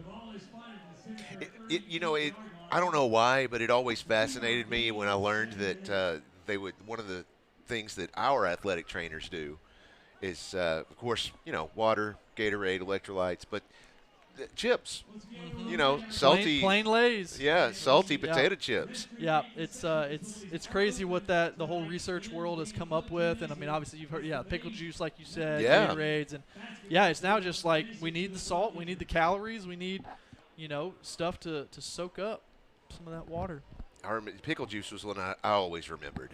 Of course, in the Army, that water was the answer to everything. Right. Well, a while back water was bad.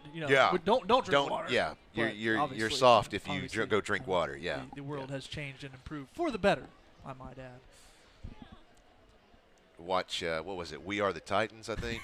Yeah. And they're like, water? No, you get water when I'm thirsty. And it's like, wait a minute, what? Right. Coach, you're gonna go to jail for that. Yeah, the '90s said hello. Mm-hmm.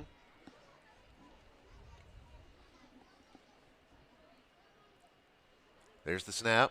Little play action. Oh, and he is sacked. It's a big tackle for loss. It's going to end up with a 5-yard, well, at least it's a 7-yard loss, it looks like. Yeah, it'll be 3rd down and 15 to go for the Bruins. I was going to say, look at 74. Yeah. Look at the size of that guy. Yeah, Dominio Patterson Jr. We mentioned him earlier, 331 pounds. I saw him playing left tackle earlier. 6'5". Now he's going both ways on the defensive line and made a huge sack. Holy smokes. That's a wall. That's not a football player. Oh, tries to throw it, and it is swiped, and it goes straight up in the air. There is a flag on the play. Flag sitting there at the 48-yard line. Let's see if it makes any difference at all.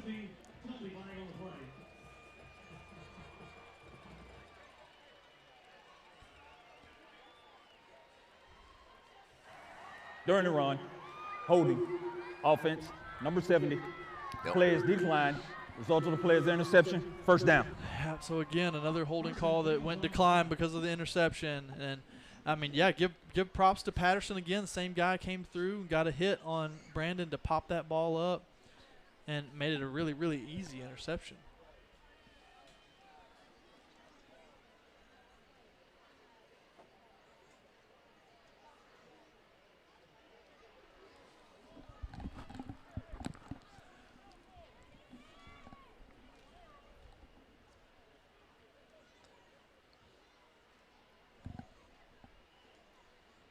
Fans watching at home, let me know how it sounds out there. I'm just curious if it's, do we have enough crowd mic? Are we too loud?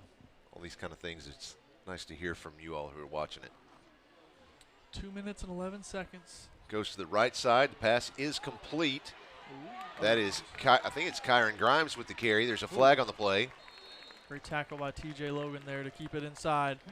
But I do think we're going to have a holding by the receivers, so that might help us. There's a PI roofing penalty flag on the play.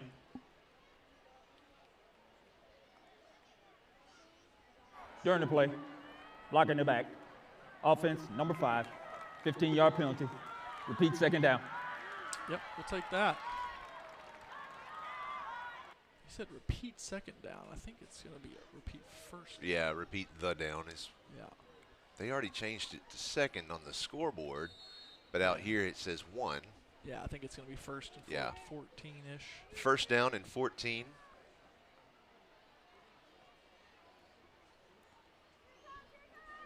Goes to the right side. It is caught.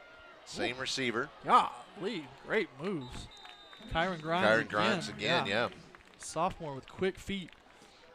He's back at the original line of scrimmage now. Clock's rolling. 1:40. This will be second down. Second and 10.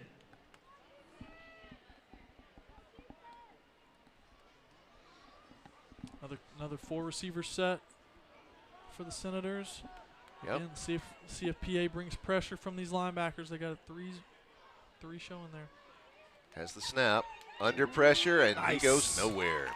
JT Phelan coming through clean, along with Peyton Adams at the bottom of the pile. Good combo sack by those seniors.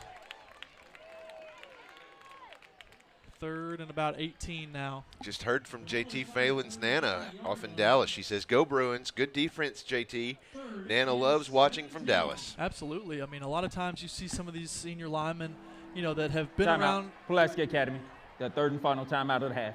You see these senior linemen that have been around a little while, and teams get film on them, and they'll start sliding some of the protection that way. Yep. To really kind of take them out of the game. But the good thing is we got 3 solid ones. We get with Ronan and Peyton Adams and JT. It's like, who do you want to double team? Because you're going to have to leave some people single blocked, and they're going to make some plays.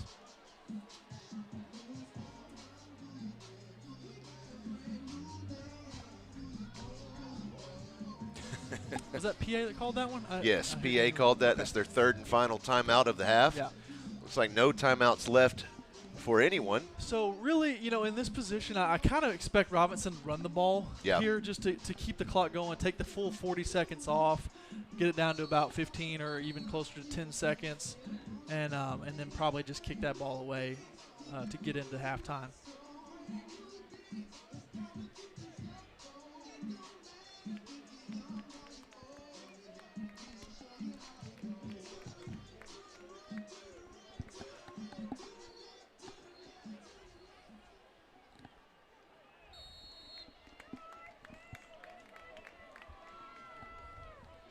Sorry for the silence there, just getting some input on the plan for halftime. 55 seconds left. There's the snap. He has the handoff, makes his way to the 50-yard line. Big run for the Senators. Yeah, I think they'll probably just let that clock run. It's going to be 4th and short, and they'll probably just end up, maybe taking a delay game here and just setting up the punt unit. After making his way to the Bruin 47-yard line. Or maybe just go for it. I mean, not too much of a risk either way. Yeah, I mean, there's nothing to. Yeah, because even if you don't get the 4th, you're going to leave PA with, 8 seconds left. Still get the ball in second half. Yeah. Yeah. So they'll probably take a shot here. 10 seconds, under 10 seconds on the play clock. I'm kind of surprised PA's secondary is so close. I would expect them to kind of back up a little bit. Looks to pass.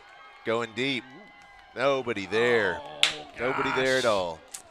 Flag came in Uh-oh. in the secondary. Didn't see it. Another PI roofing penalty flag. Gosh. Holding. Defense, number 23. 10-yard penalty. Result of the play is a first down. And, it may not hurt us much because the clock went down so far, only 5 seconds left. So really you got one play, one shot at the end zone here. But you'd have loved to. I mean, that's kind of what I was thinking of, just back up and make them hold that ball a little bit longer and let the rush get there instead of having to get yourself in a bad position like that. Right.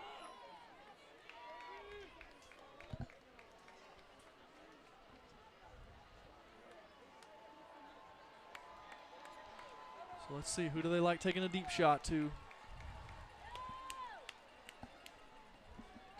Going to the left side. No, he doesn't have a chance to. And that will bring up the end of the first half. The Bruins lead 20-7 over Robinson High School. We'll be right back after a short break. We've got the Ackles Carpet One halftime show. Oh, no, we're not doing a break. Excuse me. Senator 7. Stick around for halftime entertainment.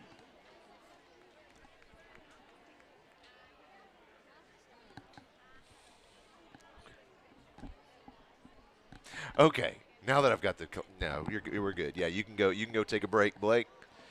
Go take a break. We're gonna bring you the Ackles Carpet One halftime show right now. I'm so confused, but that's okay. That is a standard. That's a standard emotion for me. It's just confused. So that's all right. we've got a 20-minute halftime tonight. So the first up, I think, is we've got some of the cheerleading. Let's see. Show me that. There we go. I couldn't read it in the middle of the game. PA Bruin Dance coming up first, followed by the Bruin Cheer, and then the Bruin Brigade. So, as you know, if you've watched before, you'll remember that we can't play the music that is that they dance to, but we can definitely show you them dancing. So we'll carry that. In the meantime, we've got Mr. Anderson, who is our new upper school principal. Yeah, thanks for having me. Yeah, let me hook you up here with this microphone. There you go.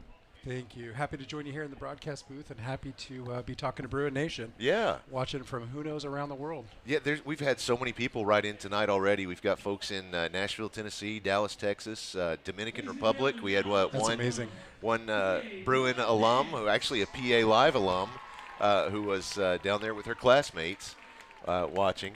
But so tell us a little bit about yourself. I mean, you're new around, and tell us where'd you come from? Where have you been?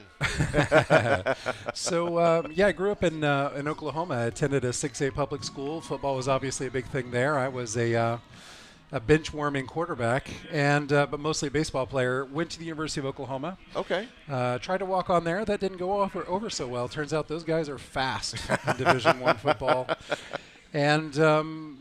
Ended up going into education, taught in France, taught in Texas, and Parlez-vous français? Yep, je suis bilingue en français en fait. Oh my gosh! So you already got me beat. Lived there a couple of years, and so I taught, and I worked as a librarian, and then I worked as a principal at a private school in Houston, and then saw a posting for PA back in November, and I jumped on it, and I was fortunate enough to get the offer. So I'm happy to be here. Great. So what you said you were a teacher. What did you teach when you were in the classroom? Yeah, so I taught English and French. English and French. Okay. Yeah, I taught English when I was in France, and I taught English in a high school here in the U.S., and I've taught a little bit of French as well. I was going to say English in France and taught French and English in England. A little bit, yeah, a little bit of that for sure. Awesome. That's fantastic. So tell me, you've been on campus now, we've been in school, 2 weeks? I think? Yeah. I've been here since July 1 is when I started officially, so it's about 2 months in for me. So what's your first impression? Man, my first impression is how hospitable everybody is. Obviously growing up in Oklahoma, being in Texas, even if some people would call that the Midwest, I still think of it as the South. Sure. And that Southern hospitality. Yeah. From the first moment I walked on campus back in January, it was actually Jason Wyatt who greeted me in the parking lot, when I was coming in for an interview. And from that moment, everybody just made me feel really welcome. Yeah. And it's been everywhere, and I really feel it. And it's great to feel part of the community, to feel welcomed. Awesome. Yeah, that is true. I love that about, PA is there's always somebody willing to help out or, lend a hand or, you're just confused. Oh, go this way. Check out these folks. There's always somebody around. But, yeah, it is a great community, a great family to be a part of. Tell me, what is it what are you hoping for this year? What are your hopes and dreams for this school year? So, as a first-year principal in a new school, really you're just trying to get to know the community. Yeah. You're really drinking from a fire hose to get to know, the 400-ish students in upper school, the parents that go along with them, your colleagues. It's really getting to understand who Pulaski Academy is as a school, where it's been. Right. And there's such a rich history here, from colleagues of mine who graduated from PA back in the 90s to teachers who have been here for 30 plus years. There's a lot to learn and take in. And I really want to get to know, this school's history, this school's culture, and make sure I understand everything really well, because understanding a school and its identity and its culture is the first and most important step to becoming, a part of it and a leader in a community like that. I love that. You find a lot of leaders or managers, I make a big distinction between a manager and a leader. Right. And so I Forest find and trees. Yeah. Yeah. And so you have a lot of folks that'll step into a role and just start changing things. This is the way I want it. But you're right. You need to kind of settle in and learn it as it learns you and kind of back and forth there. Yeah, I've had a successful tenure as an administrator in a really successful independent school in Texas, one of the best in Texas. And I learned a lot in the process, but that doesn't mean that everything that was right at that school is right for PA. It's a different context. It's a different community. It's a different school. And so, first I have to sit and listen and learn, and then I have to figure out what among my experience is going to most benefit the teaching and learning and the school culture here at PA. Okay, so flash quiz. Are you ready? Yep, I'm ready. Quick answers as fast as you can. Okay. Favorite pro sports team? Oh, man. I'm more of a fan of players than teams, but if I had to pick one, I got to go with a childhood favorite, the Seattle Mariners. Okay. Favorite home-cooked meal? Fried okra and round steak and mashed potatoes. Or favorite place to go out to eat? Couldn't really tell you much about Little Rock. I'd love some tips on that, actually. But so far, there's an Indian restaurant called Curry House down the road, Yep. which is really good. It's not bad.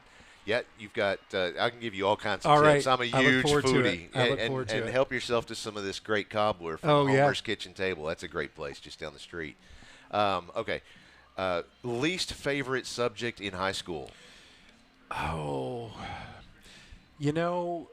I was one of those kind of geeks who just loved every single subject, and I just kind of drank it all up. But, as I think that eventually I realized that I had limits in math. It became a subject that I thought I was good at until I wasn't. Oh, no. Yeah. Least favorite subject in actually it was math again. I was first majoring in biochem and education, and I had to take Calc 2. I had to take differential equations, and that's when you realize that there are math people and there are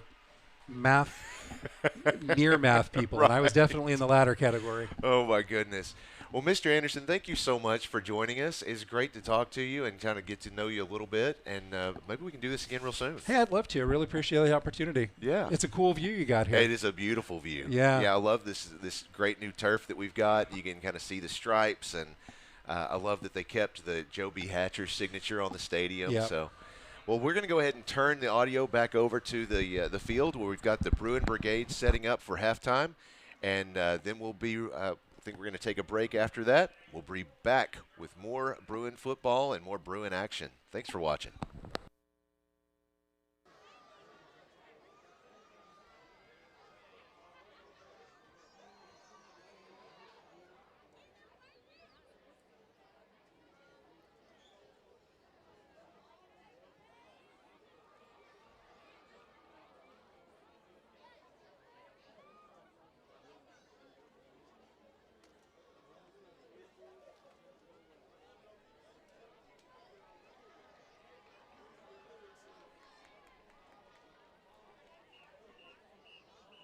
Ladies and gentlemen, the Pulaski Academy Bruin Brigade, led by junior drum major Sarah Hutchison, is thrilled to perform for your halftime entertainment tonight and throughout the season as we bring you the music from one of the most popular classic rock bands of all time, Journey.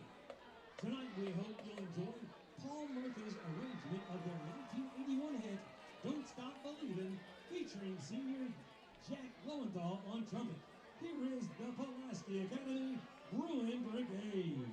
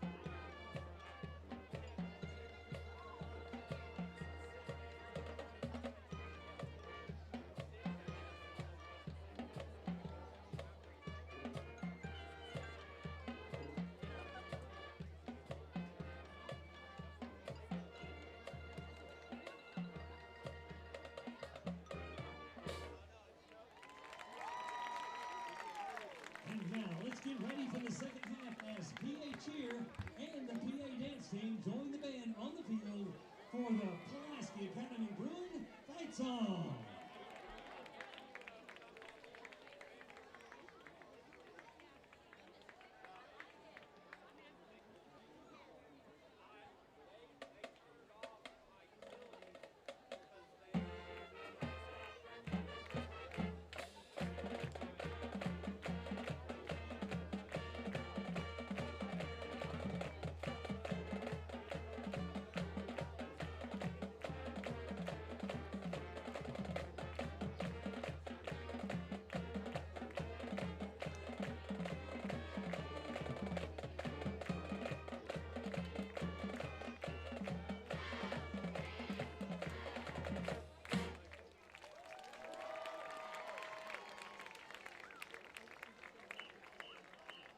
Let's hear it for the Pulaski Academy Bruin Brigade.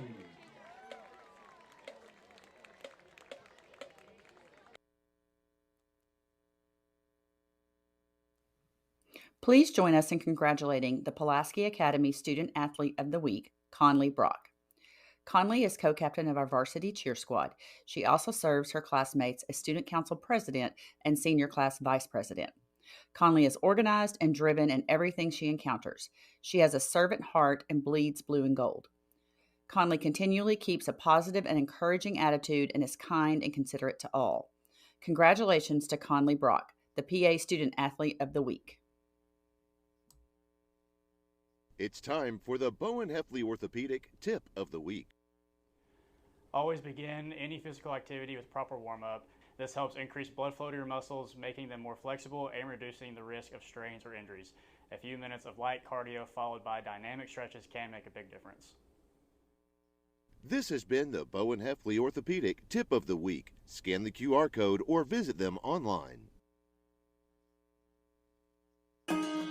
Whether you need a break or your pup just needs some playtime, Hounds Lounge provides unbeatable measures for an exciting day for your woofs.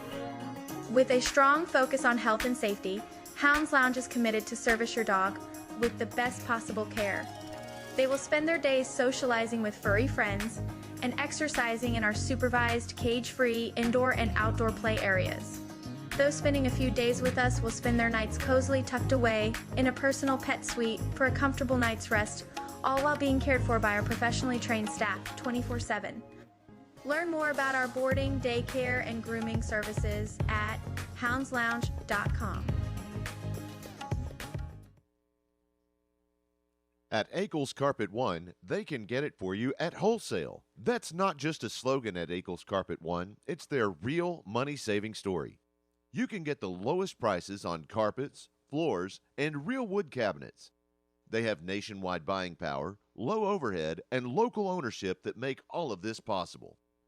Don't shop at the home centers or online when you can shop local and get the best wholesale prices. At Akel's Carpet One, we make it beautiful for less. AkelsCarpet1.com.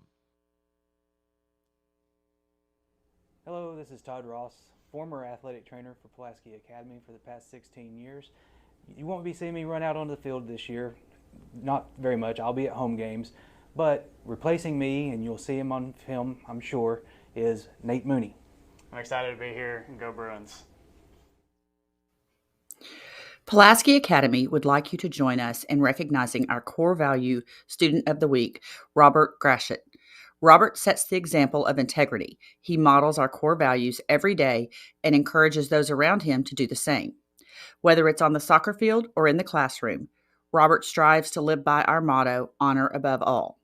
Let's hear it for our core value student of the week, Robert Grashit. At Caldwell Toyota, they are passionate about helping drivers find the vehicle that's right for them for the most affordable prices possible. That's why they carry such a large selection of new Toyota models, because whether you're looking for something sporty, efficient, versatile, family-friendly, rugged, or all of the above, they are confident they have a new Toyota model to meet all of your needs and then some. Visit them online at caldwelltoyota.com. You know that Crown Trophy of Little Rock has every type of award to recognize athletes, students, and even coworkers. But more than that, Crown Trophy can customize drinkware, badges, and even rings. Whether you have people working for you or working hard on your team, show them your appreciation by recognizing them with something special from Crown Trophy of Little Rock. Visit them online at crowntrophy.com.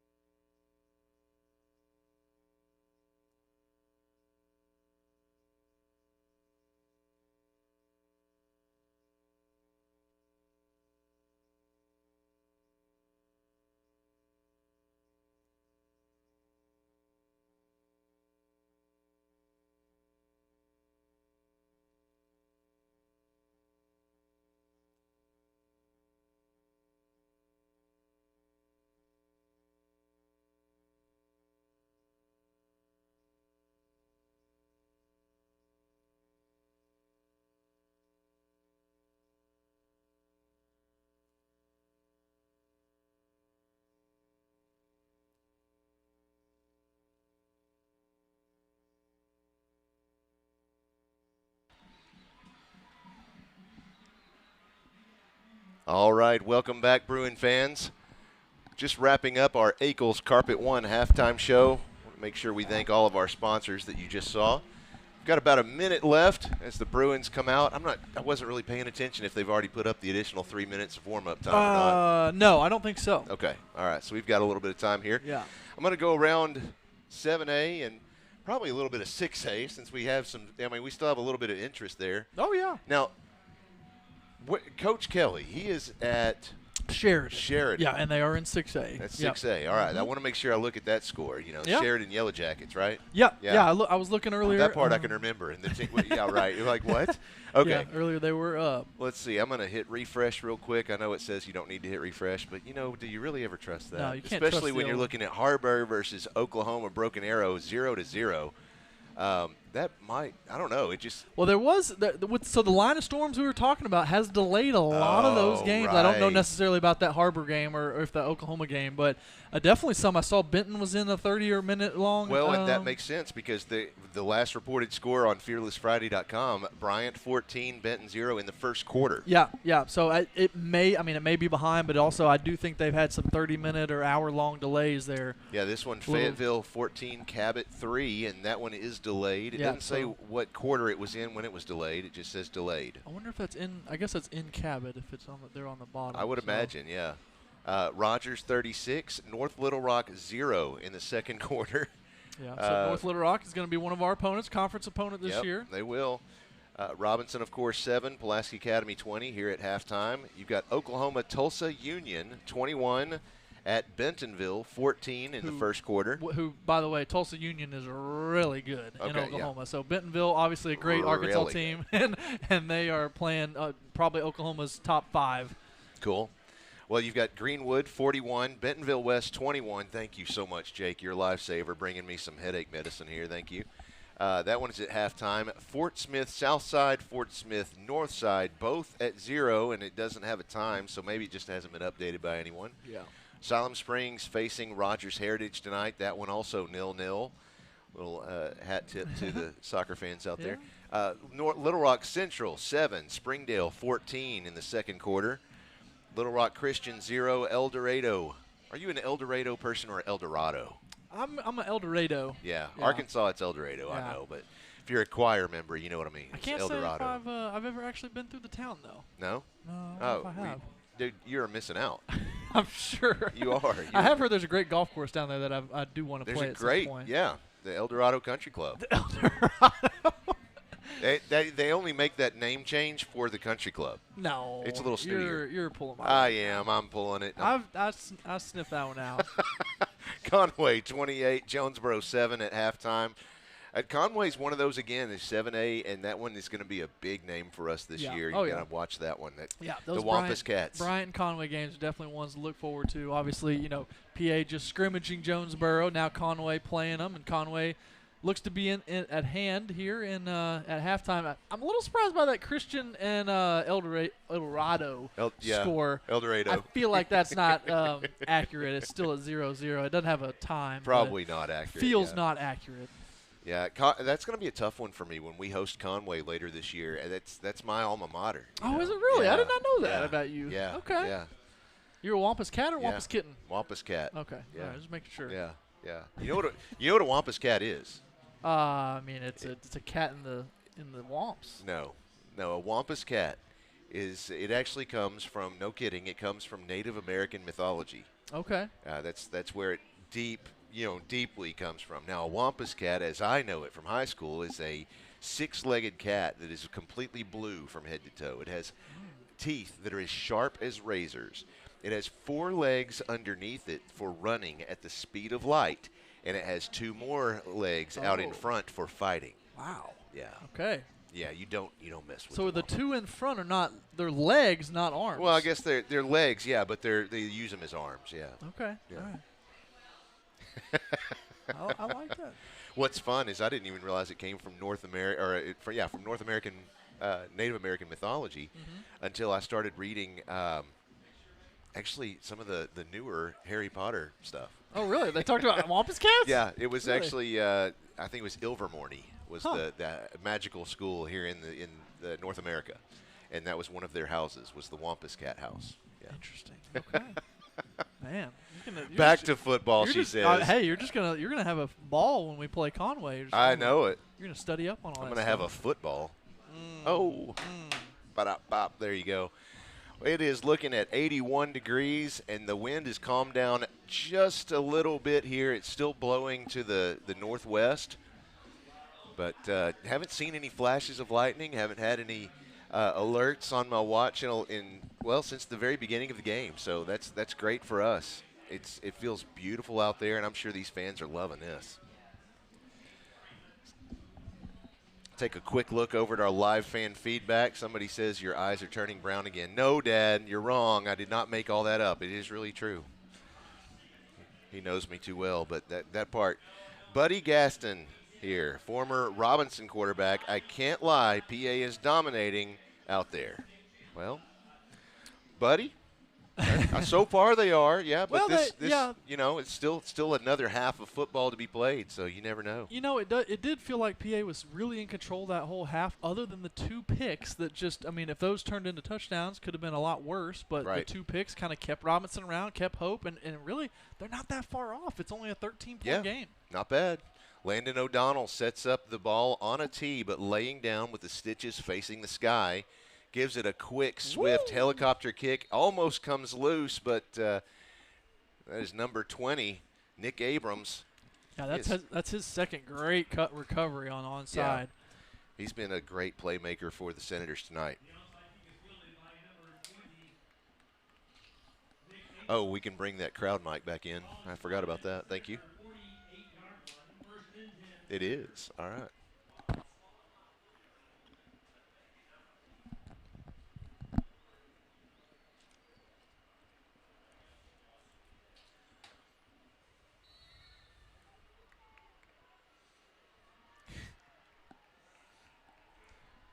Matt Johnston wants me to know he's there with 2 alumni, Drew and Megan. Nice. It's fun to have them as alumni now. Nice carry for the Senators. That is again Abrams. Comes across the 50-yard line. That's a 4-yard gain. It'll be, a 4-yard gain. And I know we've said it 4 or 5 times, but KJ, again, coming in from that corner spot, being the ultimate, keep the play inside player there, contained player, and getting in the bottom of piles. I mean, there's just not a lot of corners out there that will get down and dirty like that. In the shotgun, 2 receivers left, 3 to the right, has an empty set. There's the snap. Looks to go to the left side. It's complete to Charles Petty. He's up to the 40, still on his feet, pushing hard. Met by all of the Bruins at this point. Picks up the first down plus about 3. Nice job fighting for those yards. Thank you, sir.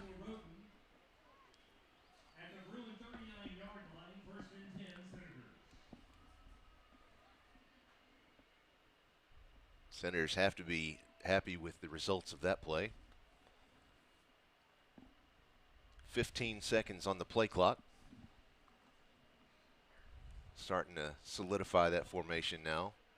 CPA safety starting to creep down a little bit to help this run stopping, which gets it done there. But as those safeties keep creeping up, look for Robinson to adjust a little bit and take one of those shots that they almost hit early, a couple big ones early on. So it's like they really want to air that ball out. Yeah, they really want to. And really, the PA defense is built around stuffing the box, stopping the run first, and just kind of letting them throw deep like that and take their chances. So, again, you see safety's walking up. KJ's on an island down here by himself. And the pressure's on. Oh, boom. Ronan Rutherford getting back there for the sack. I think that's his first sack. So, really, everyone coming around getting sacks. We've had Jackson Redmond's gotten a sack. JT's got a couple. The whole defensive line playing huge. 3rd and long.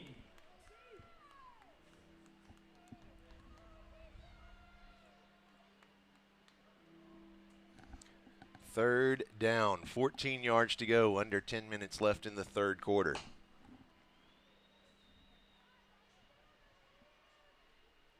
Now you see a 3rd and long. You see the safeties kind of playing back a little bit. They're all 10 yards plus back. Whoa. Distance. And they hit him underneath. Oh, ball came loose, and the Bruins cover it. He says it is fumbled by the ground. Yeah, he says he's down. He's that down. Was close, but still going to be short, so it'll be 4th down. But, again, that was kind of PA playing a little bit of a deeper coverage, letting them connect underneath, and then coming up, making the tackle before the first down. So that's exactly what PA drew up there. Here we go, coming fast. 5 wide. Look for this quarterback to run it. Looking back to the sidelines, he has 16 seconds on the play clock. 2 receivers on the right side, 3 to the left. They've also had success with some of these bubble screens out wide to some of these slot receivers. Be ready for that. 5 seconds. There's the snap. Looks to the left side. Pass. It is nice. Incomplete. Yeah, both Caden Nash and TJ Logan in there. Everybody got a hand on that. That was intended for Charles Petty. Good stop. Yep. So that'll turn it around for the Bruins.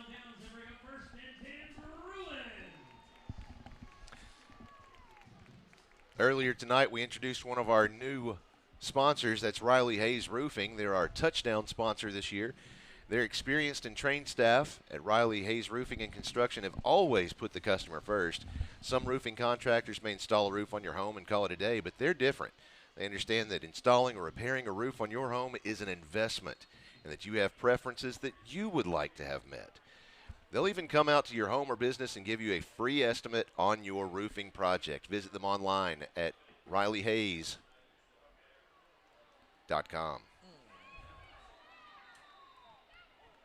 Tried to set up a screen pass to Walden, and it was sniffed out there by number 21, Tank Reese from linebacker. Good job tracking it down in open space. Such an awkward position for us specifically, because I'm either leaning over here or I'm over here where I can't see anything. Yeah. So I'm like in your way, or I don't see it at all. 5 wide. Looking to pass. Has all the time again in the world. Wow, what a hit. Nicely done, and that was received by Will Manning. Yeah, Manning made a nice catch. He's going to need a break after that one, because he kind of. I need a break. Go. He was about to get sandwiched real hard and ended up ducking just below the big brunt of it, and they kind of hit each other. But still, it took a little bit of that hit. That is a Hounds Lounge first down. Ball is spotted at the 47-yard line, just under 8 minutes. Hunter Ardwan coming in there to replace him at A. 3 receivers left, 2 to the right. Boy, you really have got to give it to the offensive line tonight. I mean, they are just holding the world out there. Yeah, they've done well up front. They played well against Jonesboro as well. Obviously, we were talking about number 74 earlier, just a huge defensive line, and they've also got some speed at defensive end. I mean, number 15 here, you see him, number 11 at the top of your screen. Speedy defensive ends that Errol and Evan have been having to deal with. There's the snap. Quick little handoff to Charlie Cotros. There's a flag. Comes in late in the play. Yeah, late flag, and honestly a really tough run by Charlie, because that shouldn't have been much and ended up squeaking out 3 or 4 yards. Let's see what they do here. That came in from way back here at During the run, personal foul, face mask, defense. Okay. 15-yard penalty. Result of the play. He saw that from about 20 yards I know, away. Yeah.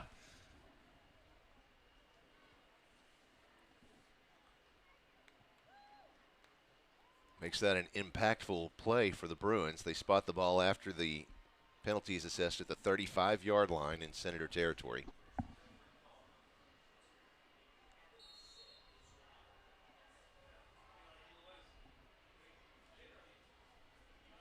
Bruins look back to the sidelines to get the play. Got 15 seconds on the play clock. 3 receivers left, 2 to the right, an empty set for Cobb. He has the snap, looking downfield. He's going to carry. Oh, I thought he was going to keep it. He's going to air it out deep. Oh, and it's intercepted. That is intercepted at the 3-yard line. That is number 2, Deuce Williams. Yeah, and Brandon got pressured in the backfield. He did have Walden open really early on if he would have thrown it on time, but the pressure got to him a little bit, had to step up and out in the pocket, and just threw it a little bit underneath, and Deuce came away with it. It was excellent pass defense. Yeah. Just jump up, making a play at the ball. Love it. Good news is, though, for PA, it's inside the Robinson's own 3-yard line, so they've got a chance to make a big defensive stand here.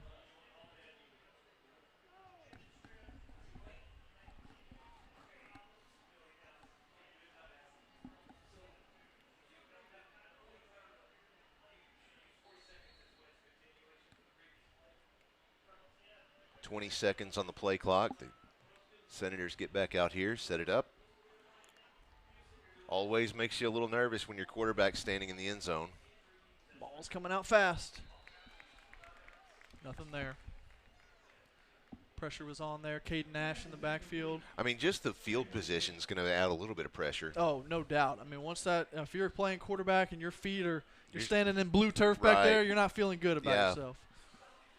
It's got to feel like standing on quicksand or something. You know that ball's got to come out fast. The pressure's going to be on.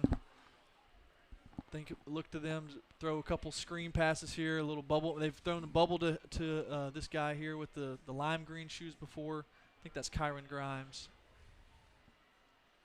There it is. Yep. Come on, KJ. Woo! Oh, that's close. I think he. Oh, no, he's going to give a little forward progress. Yep. A little forward progress. And somebody's coming out of there in a quick kind of way. That's KJ with quite a cramp walk there. Yeah. But, man, again, what a tackle. I mean, I don't understand how they keep testing him on these bubble screens. See, kids pass the block every time. Right. He's going to end up probably hurting one of the other kids. You said that, and I'm so used to the Olympics recently, and you hear a lot about Snoop Dogg doing the crip walk and whatnot. I hear it. That was a cramp walk right there. Yeah, that's KJ with the cramp walk. That's new. That's the new one.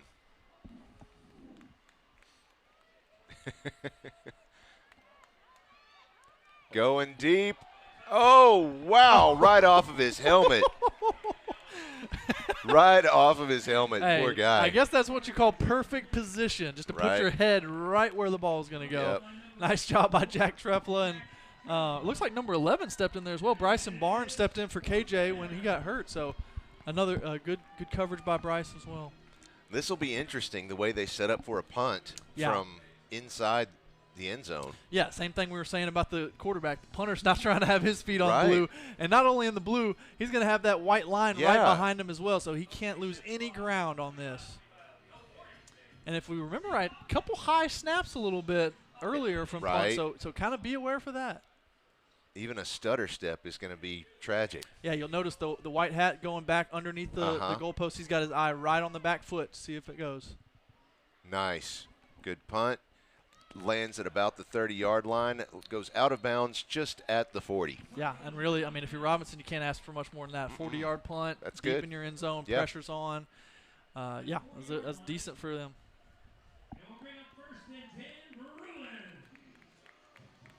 Bruins will take possession at at Robinson's 40-yard line. 6.5 minutes left in the third quarter.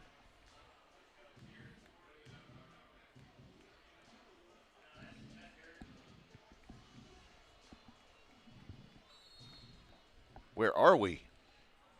We're in the internet. We're on, right? Yeah, okay. So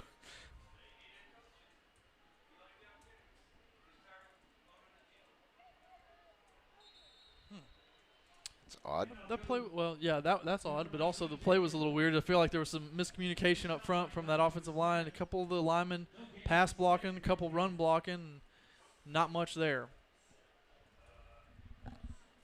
2nd and 10. Brandon's got Javion to his right.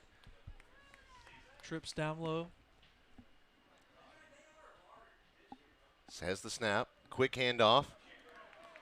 It's Javion Walker. Goes to the left side. Little stumble.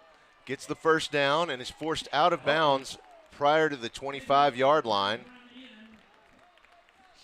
It's a dangerous spot to be right there. Right into the crowd. Oh, yeah. It looks like kind of the Robinson student section over there got a little Javion and whoever made the tackle right up in them. That is a Hounds Lounge first down. Again, same, similar formation. Four wide. Javion back there with Brandon. Looks to pass. For a screen here. It's got some room. Big room. Yep. Javion again with the carry. Oh! He's at the 15, the 10, the 5, and he's stopped just inside the 5. Puts him inside the Caldwell Toyota red zone. Great job there by the offensive line, shedding their block and getting up front, and we got another injury, another cramp. Oh, he's gonna cramp walk off the field. Yeah, that's a cramp walk. Not as good as KJ's, no, I must say. That was the original. That was an OG cramp walk. Oh my gosh! Yeah. Out of nowhere, another guy drops. Yep. Christina said she thinks that cramp walk will be our touchdown zone for this year. Do you have the new athletic trainer available? Let's go ahead and run that for everybody. Let them see who's our athletic trainer down on the field. Hello, this is Todd Ross, former athletic trainer for Pulaski Academy for the past 16 years. You won't be seeing me run out onto the field this year. Not very much. I'll be at home games. But replacing me, and you'll see him on film, I'm sure, is Nate Mooney.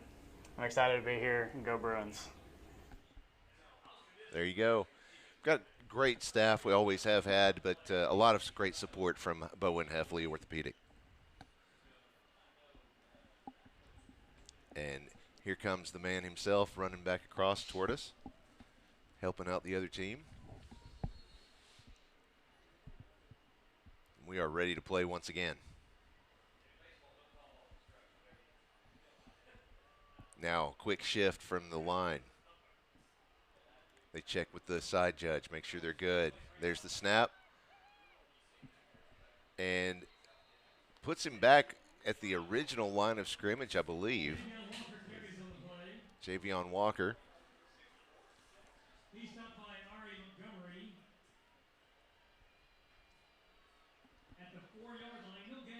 Yep, 2nd and goal from the 4-yard line. Now the Bruins try 4 receivers to the left, 1 to the right. He has the snap going into the end zone. Touchdown, Bruins. Great adjustment there by Brandon. That's William Sabota. Yeah, William Sabota. He's actually probably his 3rd or 4th read on that play. So he worked all the way through the progression and checked backside, and he was wide open.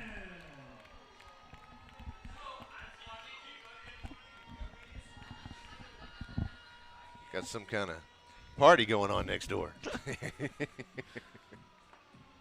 PA going for 2. I was kind of interested. We haven't kicked any extra points, though. We're all 2-point conversions, which I'm not mad at. But another empty set for Cobb. 2 receivers left, 3 to the right. Now man in motion.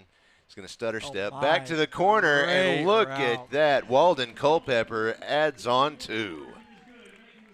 Great play. I think that's a classic Kansas City Chiefs play right there. Yeah. Super Bowl motion from the outside in, and then go right back out to the corner wide open. I mean, Kansas City just won a Super Bowl on that 2-point play. So, yeah, Coach Thrash pulling out some Andy Reid vibes. I was really hoping nobody was going to pick up on that, Christina.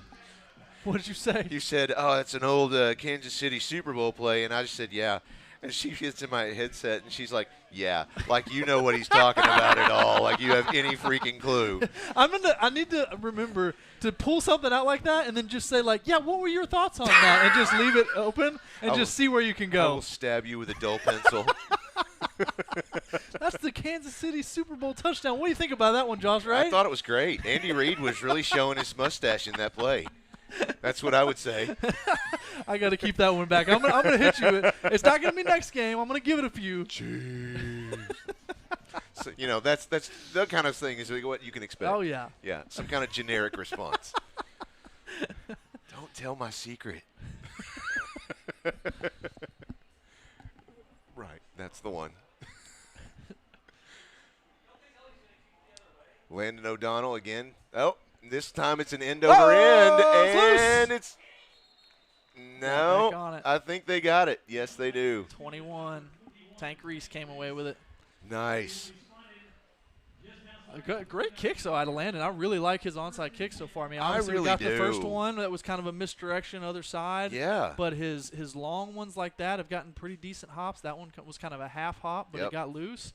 With that end over end kick, you're really looking for about 5 yards before it reaches the other team. You want it to take that nice, like 11-foot bounce straight up in the air. It really confuses them. Mm-hmm. And of course, then your secondary comes in and creams somebody. Yeah.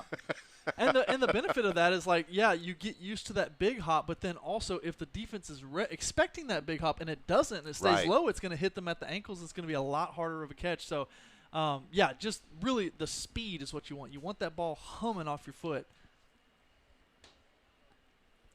Just out 5 minutes remaining in the third quarter. Empty set. He has 3 receivers to the right, 2 to the left. He has the snap. Looks to keep it. And call me crazy. It looked like he was trying to take a knee when it did. Well, he stepped up in the pocket, and Walker Wooten was just right there to sit him down.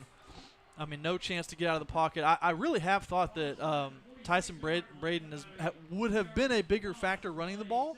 because early on he got loose for a big first down, but really since then the defensive line has done a really good job of keeping him in the pocket and limiting his runs. Second down, 14 yards to go for Robinson. 4.5 minutes remaining in the third quarter.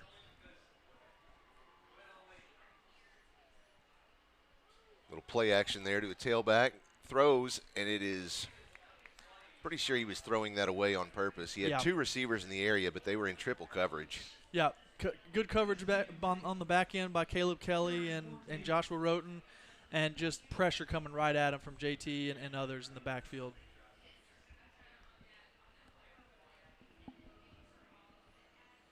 Bring up third down. And about, we'll say it's 14.5 yards.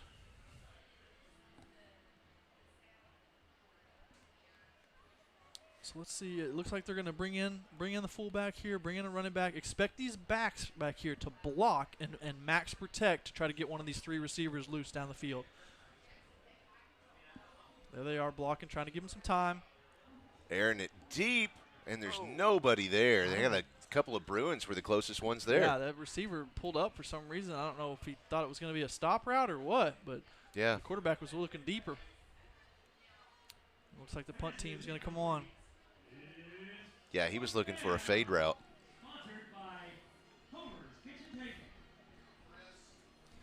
Fourth down. This is a Homer's Kitchen Table fourth down for Robinson's Senators. 4th and 14. I don't know many other football teams that have their fourth down sponsored other than PA. I think that may be one of a kind. That's on purpose. Yeah. I love that. Well, we started it just because, we're the only ones that are looking for a fourth down conversion. Yeah, we have the most excitement on fourth downs of any team in the country right. ever. Yeah. So it makes sense.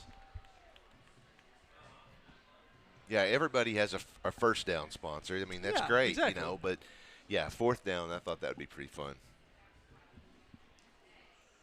And of course, we're super grateful to the folks over at Homer's Kitchen Table.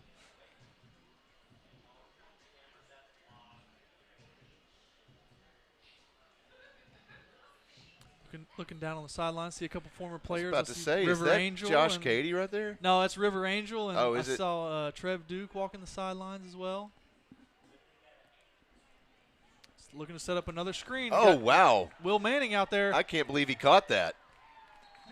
It was kind of a tripping over toward the ground. I'm going to catch it now. Yeah, it was a great adjustment to catch it, and then good job up front by Eric Park and Carson Bales getting up out front to make a block for him. Big play. It's a Hounds Lounge first down. This could be a really, really, really big drive if PA puts this one in, takes it up to 35-7. 3 receivers left, one to the right, one man in the backfield on his left side. He has the snap, handoff, goes directly to Charlie Katros. Makes his way across the 50, across the 45, and is stopped right at the, I think it was at the 40. Let's see where they place it. No, they put it at the 43, I think. And as Chris Lane calls him, Cinco, I didn't know that if that was an official nickname, but Cinco out there did a great job of patience in the backfield, letting the offensive line set their blocks up, and then when that hole hit that seam really, really hard and fast, and picked him up about 20 yards. Timeout. Joe T. Robinson. That is timeout called by Robinson. This is our Henson Loop Automotive timeout. Again, they're just down the street from Pulaski Academy. If you have routine maintenance, you have problems with your starting system or charging system, your brakes, coolant system, engine repair, any of that stuff. Maybe you just need an oil change. Like I said, they're a block and a half away from the school. It's a great place to just zip it on over there, drop it off with them. It's not far away from campus to get back. So great if you've got a student with a vehicle on campus, or maybe you just want to swing by there before carpool. Time it just right. You can get in and out of there and come on over and hit the carpool at line at 3 o'clock.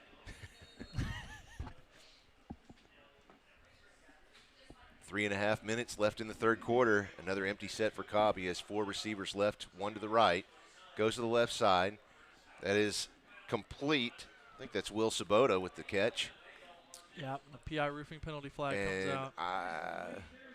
He's reaching up under his face mask. I wonder if he had a may have gotten a finger in the eye or maybe some loose turf. I've During the run, holding, offense. Ouch. Number 1, 10-yard penalty.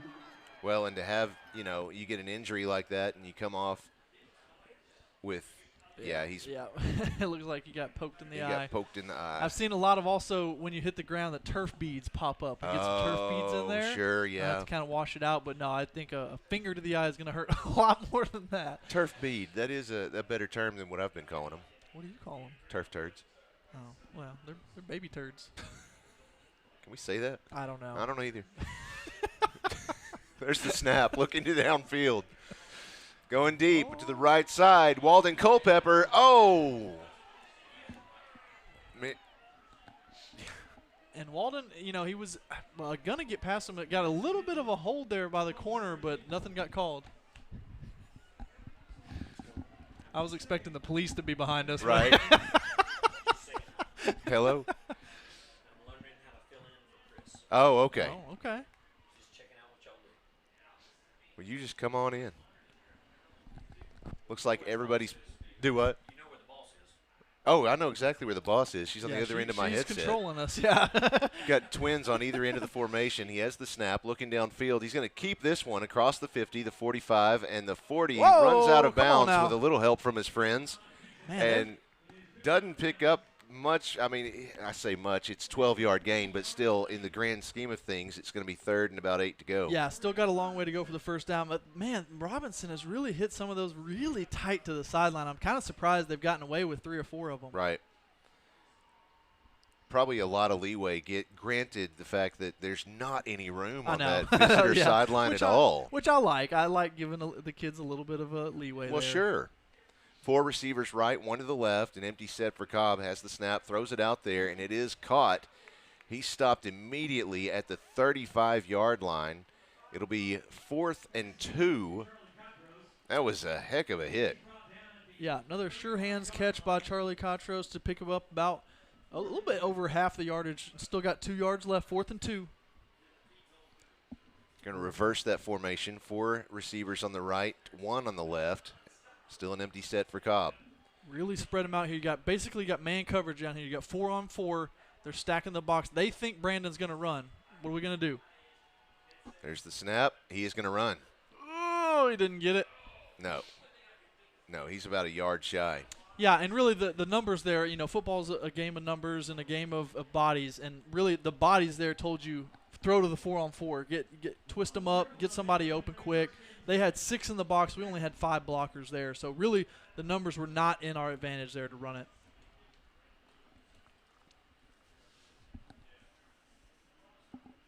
Two and a half minutes left in the third quarter. The Bruins lead at 28-7 over Robinson's Senators. Again, I'm going back to that guy saying that PA is in control. I mean, it does feel like PA is in control, but we just haven't put some of those drives away to really, really skyrocket it. Right. Whoa. Move. Oh, my gosh. Nice footwork there. Yeah, number 3, Jordan Thomas came in. Yeah. I mean, he was the second running back in. Obviously, number 20 had started the game, but boy, gosh. He's cramping up already. Yeah, he's doing that cramp walk. Yeah, he's getting off, but thankfully got off. But showed a real burst of speed there.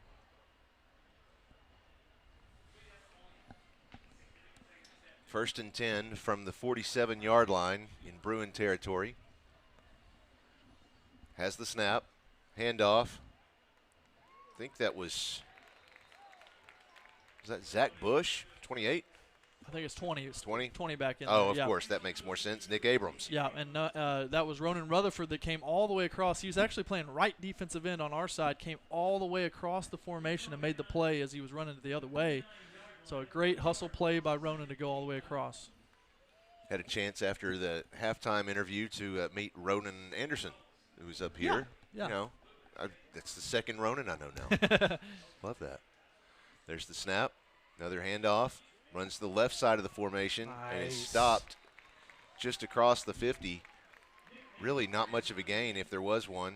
Man, TJ Logan has really impressed me. I haven't really seen him play that much, like we said earlier, but gosh, he's come to play tonight, playing really, really well.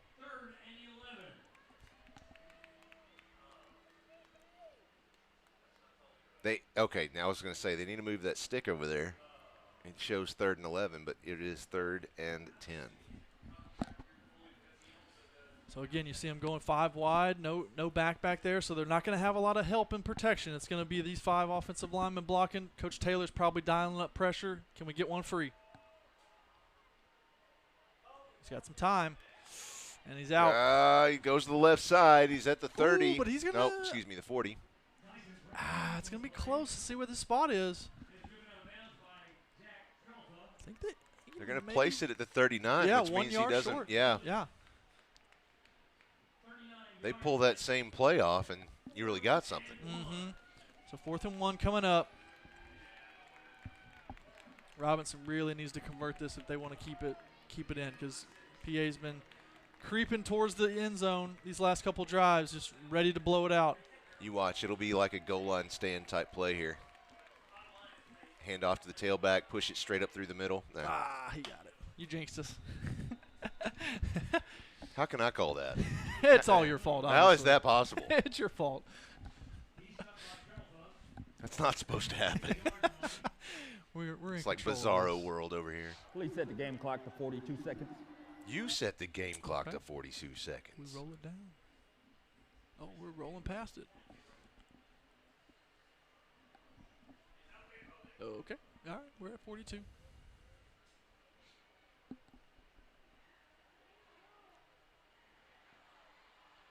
Got some space out there. Oh, my. He's breaking some tackles. Oh. Finally got him down. That was a big hit. Yeah, good moves out there. Not going to quite get him the first down.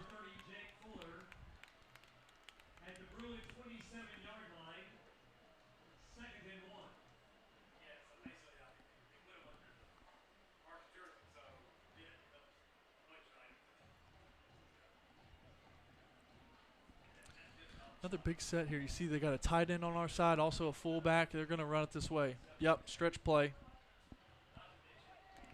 Nice hustle. Deuce Williams with the carry. Yeah, nice hustle by Peyton Adams. Man, taking a shot, but gosh, Peyton got all the way down the line of scrimmage on that. Well, and Peyton Adams is on the field down there having a bad day. Peyton's trying to stay in. Is he? Okay. He's making his case, but they're going to take him out. Oh, well, he's got the quarter break, so that's good. He may be able to, right. He's trotting back in there at the All quarter. right, we're going to take a short break with them. We'll be right back with more Bruin football on PA Live. Pulaski Academy would like you to join us in recognizing our core value student of the week, Robert Grashit. Robert sets the example of integrity. He models our core values every day and encourages those around him to do the same. Whether it's on the soccer field or in the classroom, Robert strives to live by our motto, honor above all. Let's hear it for our core value student of the week, Robert Grashit.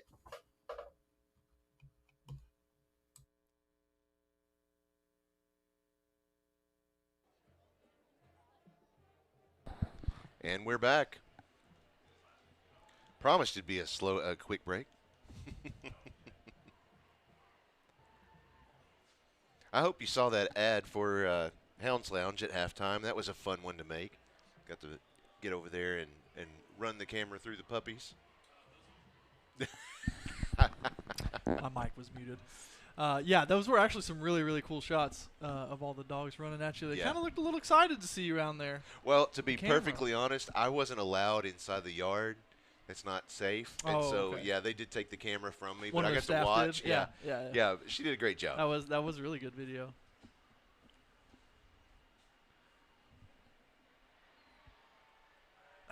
Nice catch. I mean, I'm not saying Kalen has a future in videography. I'm just saying anything's possible.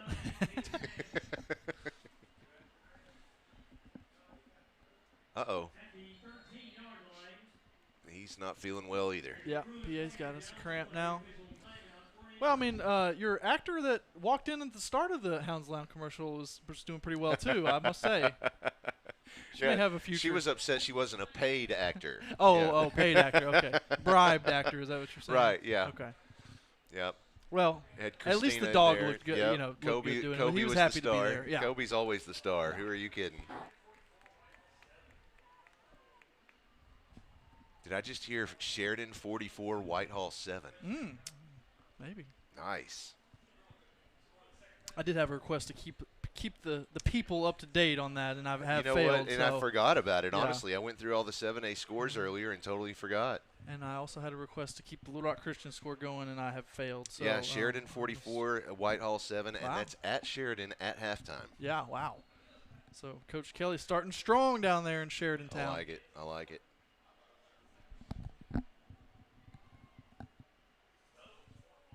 Little Rock Christian and El Dorado still don't have a score. Oh, now the ball's out. And the Bruins cover it. Sacked by J.T. Phelan and recovered by Ronan. Yeah, Ronan Rutherford. Great play. That defensive line has been playing so well. I love seeing him so excited. Coach gives him a high five. Oh, yeah.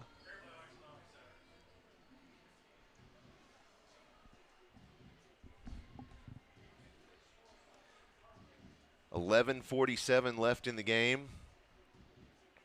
Bruins have a 21-point lead.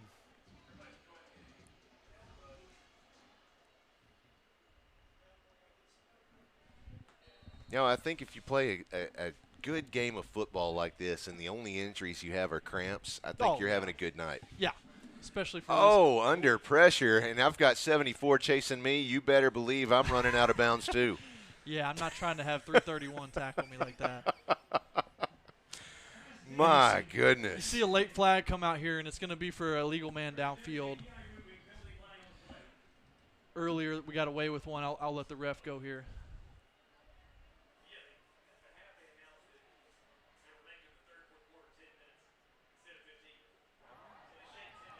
During the play, ineligible receiver downfield, number 54, offense.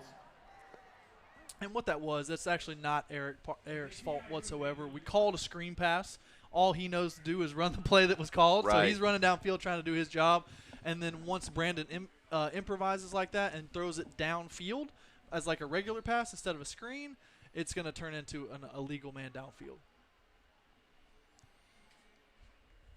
Changes formation to 5 wide, 3 receivers right, 2 to the left. He has the snap, going deep. Oh, about 5 yards leading Walden Culpepper. It's incomplete. Yeah, and Walden was looking for that over his left shoulder on the outside towards our sideline a little bit. And so Brandon threw the ball a little bit too far inside and didn't really give him a chance. One thing I noticed there was, and I haven't shouted him out a lot, but Peyton Crabtree at left guard, senior, out there did a great job working his feet, staying with the defensive line, doing a great job.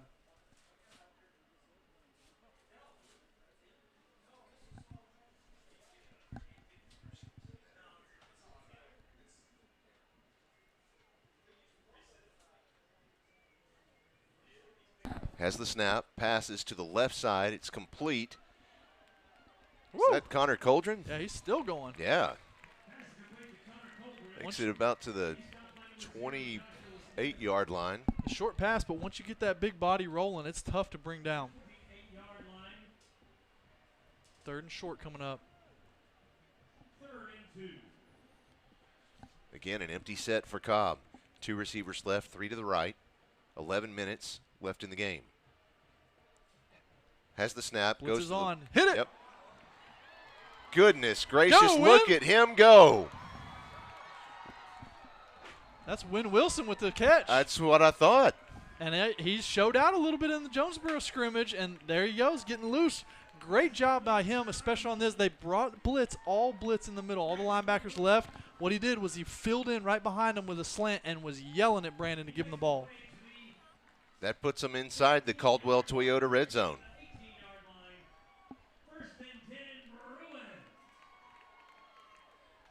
Has the snap.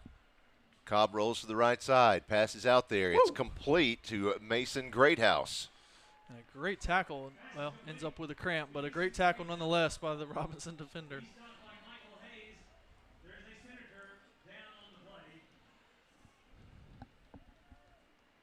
See, that's the thing is you want to, you're in. if you're concerned about the rhythm of the game, you want to jump up and run off the field. You know, if you're Right. the one that's having that cramp, but then you realize, oh, I have a cramp. That's why I can't run right now. Right. So they immediately sit back down. So. And another thing to remember about this is oftentimes a lot of these high schools will practice in August in the mornings before school when it's a little bit cooler. Yeah. And I'm not speaking for Robinson. I don't know when they practice. But, really the only open times to practice are either before school or after school for these kids. So a lot of times teams will choose to practice in the morning, maybe a little cooler, only 80 degrees, 70 degrees, something. PA loves to practice after school in that heat. that 3:30, 4 o'clock Get heat you comes used to down, it. and so. Well, and Christina just pointed out, it's 79 degrees right now, but there's 91% humidity. Yeah, we feel the water in the air. Yeah, you're thirsty? Just take a deep breath. Right. Cobb has the snap. Little play action. Oh, he's going to carry it. Oh, I'm not sure he even made it to the 10. No, was a gain. Yeah, probably a smart play just to get out and not take a hit. Yep. And Brandon's got, his legs are really good. He's shown that ability the last 2 years. Yeah. And he can pull those every once in a while. Doesn't always have to hand it off to Javion.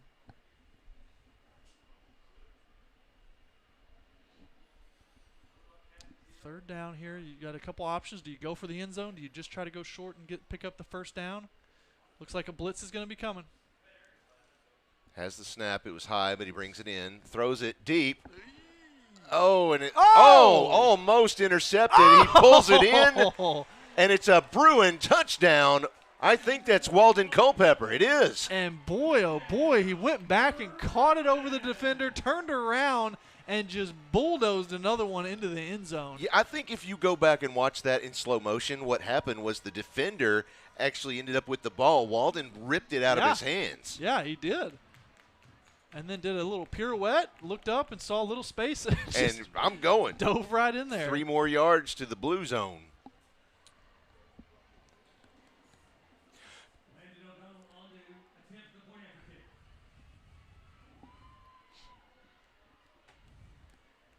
Sure, yeah. Kick is up, and it is good. Tack one more on.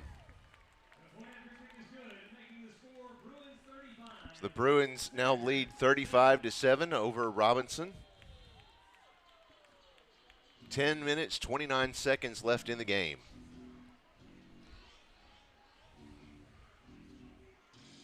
Take a quick look around the state, see if there's anything that jumps out at us. Springdale Harbor, 21. Oklahoma Broken Arrow, 28. Benton and Bryant at halftime. Benton 14, Bryant 24.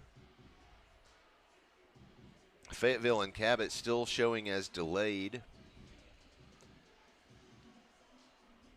Little Rock Christian, I still don't have a score there from El Dorado. Yeah, I saw that too a minute ago. Strange. 0-0. I don't know if there may be storms down through El Dorado or maybe Fearless or just no one's updating on with the score. I don't know. Right. That's always a possibility.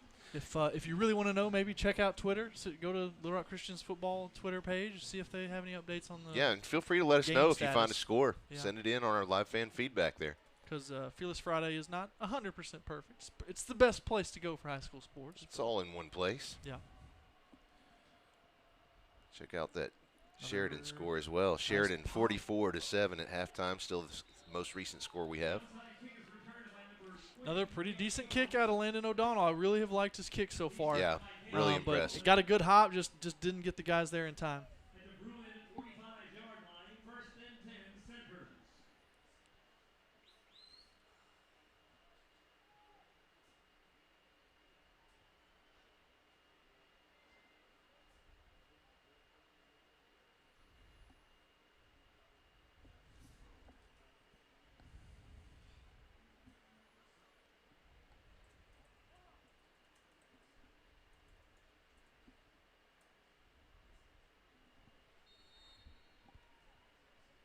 There you go.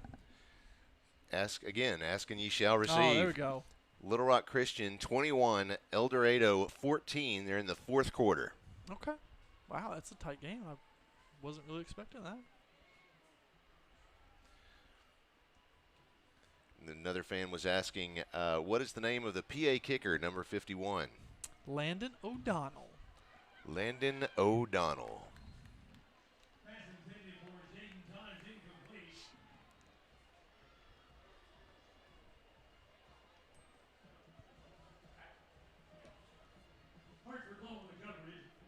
Man, I really feel big time with that. We just asked the chat to fill us in on a score, and they're out there doing the work for us.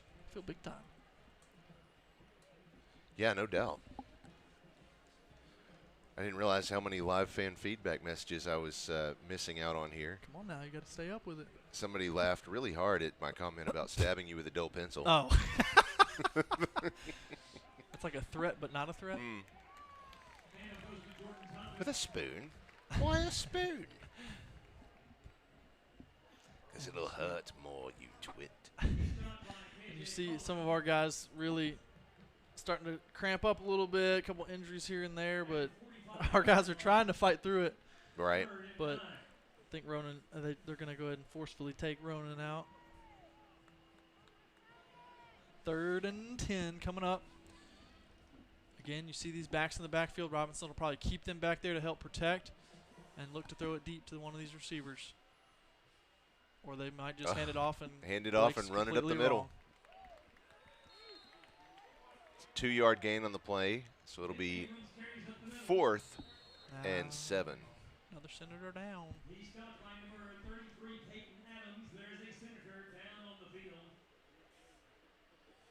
Oh, he's up. He's up now. It's Cam Harper shaking up on the play.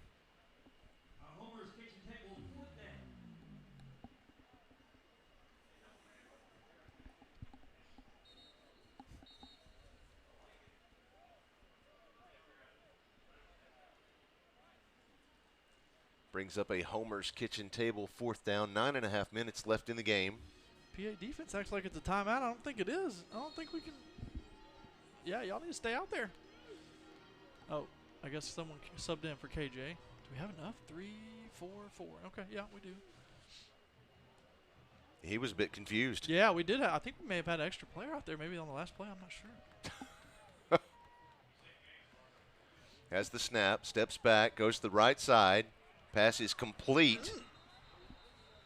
Great catch. Yeah, great catch. Way to take that hit. That's Jaden Todd. And honestly, great coverage by Bryce Barnes. I mean, all over him, but somehow pulls that catch in on near the sideline.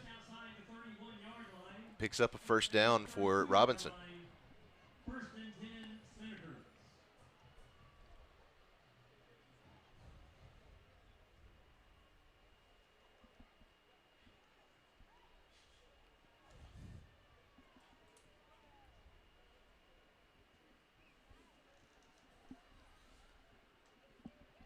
Quick run to the left side. That is number 8, Tatum Hayes.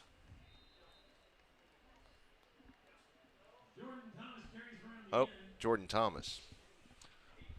Good job there by the defense to string it out all the way to the sideline and try to keep some contain. I know Caden Nash from his middle linebacker spot tried to hit the gap and get through there and just a little bit too slow getting all the way to make the tackle. But still, increasing that pressure and pushing him to the sideline is a good thing. Bring up 2nd down, 8 yards to go, under 9 minutes remaining in the game. There's the snap, looking downfield. Ooh. Nice catch. That was number 7, Charles Petty. Immediately finds the turf at the 15-yard line. Yeah, Hartford Lowe stepping in there and making the play. Good pitch and catch, though. I mean, he found the open space, sat it down, and the ball was right on him. At the 14-yard line, 1st and 10, Senators. Bentonville Tigers and Union are 35 and 28. Oh, that one's getting good. Heating yeah, up. No doubt. It's got to be probably in the 4th quarter, I'd imagine. Uncle Dudley says he's really proud of Walden. All that summer work has paid off. No doubt.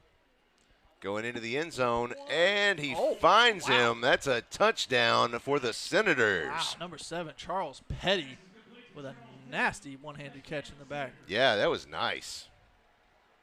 And He'll put that on his huddle highlights. Oh, yeah, no doubt.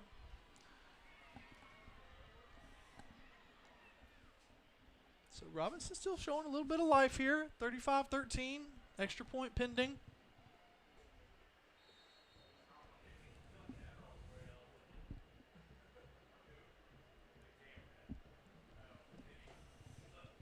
That is William Tate down there to kick the PAT. His kick is up, and it is good. William Tate's point after kick is good. Making the score. So now the Senators have 14 to the Bruins 35.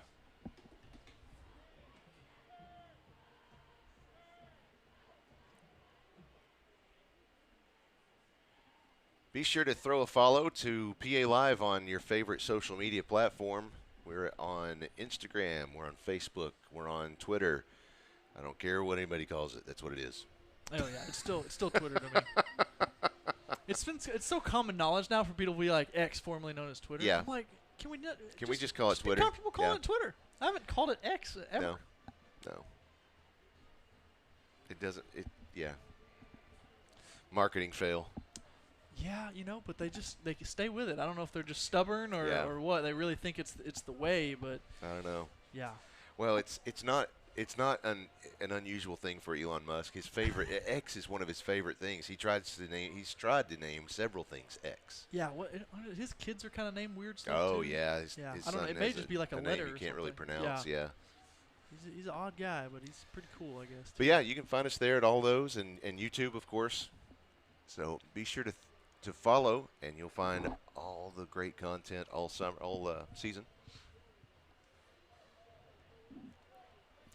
Like I said earlier, next week we'll bring you the game from Madison, Mississippi, as the Bruins go down to play against MRA, Madison Ridgeland Academy. It's a great school with a great staff. They're great people to work with, and just a great opponent for the Bruins. The kick is up. There is a flag prior to the kick. There is a penalty flag on the kickoff. He point up in the air? Yeah, roofing penalty flag. What? Is there a drone or something? I don't think so. Can't see him stopping a False play. start. Oh. Kicking team. 5-yard penalty. He was just pointing up in the air at about a 45-degree angle. I was like, what are you looking at there, dude? Maybe he was trying to say far side. Oh, sure.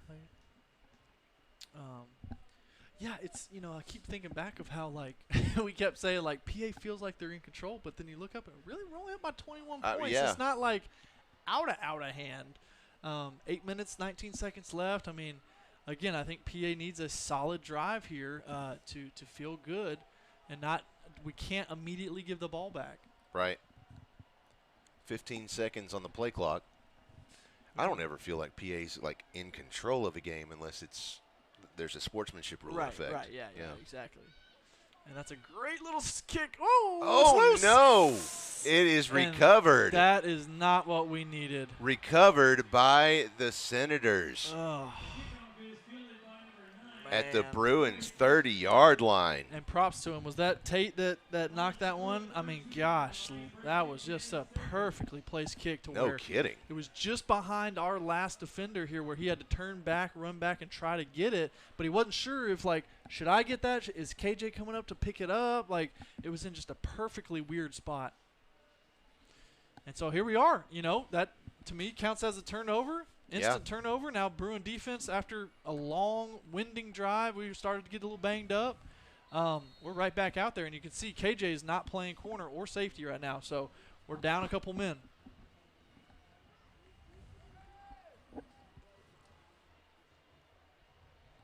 First and 10, 8 minutes, 17 seconds left in the game. There's the snap. Quick handoff. I think that was that 22? Yep. Bryson 22. Cunningham. Yep. Sophomore running back coming in as a little break for some of the other guys. I thought I saw a new number. Picking up 2 or 3. Bryson Cunningham carries on the play. And it stopped at 49-yard line.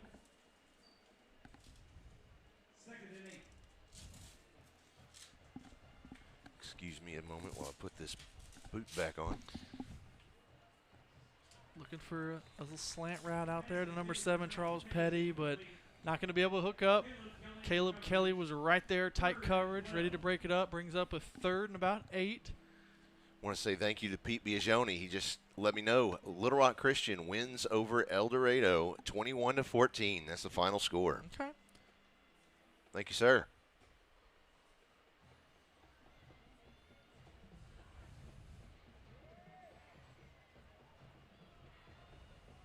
Has the snap, steps back, looking downfield to pass. Oh, I think, yes, he says he caught it. Yeah, he bobbled it a little bit, but I guess he recontrolled it before he went out of bounds. So they're going to give it to him. First down. And this Robinson passing game has come along a little bit. They were struggling early on to get anything, and the pressure was really getting to them. But now they've decided, like we talked about, like where the backs are coming up, Max protecting. He's getting 7 blockers in front of him and just letting these 3 receivers kind of work the outsides inside the red zone. Steps back under pressure, slings it out into the crowd. Yeah, and Peyton Adams was getting some pressure back here. We'll see what they've got. It may be a holding, which would be great for us. Holding. Offense, number 53. 10-yard penalty from the previous spot. Yeah, and that was all caused by Peyton Adams getting a good, nice rush, kind of ripped up underneath and was about to get by him with the speed. And the guy, instead of giving up a sack, just had to hold him. So that's going to bring up a really long, it's 10 yards from the spot of the foul. So that's going to be almost a 13, 14-yard penalty.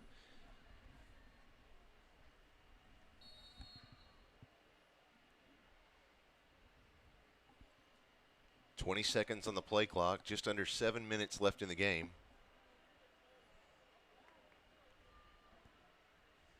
There's the snap, handoff. Ooh. Nick Abrams with the carry. Yeah, a nice kind of swing down tackle there by number 20, Joshua Roten. I think that is, yeah, that'll bring them really close to that original line of scrimmage. Yep. So it'll be 2nd and 9. At the 17-yard line, 2nd and 9.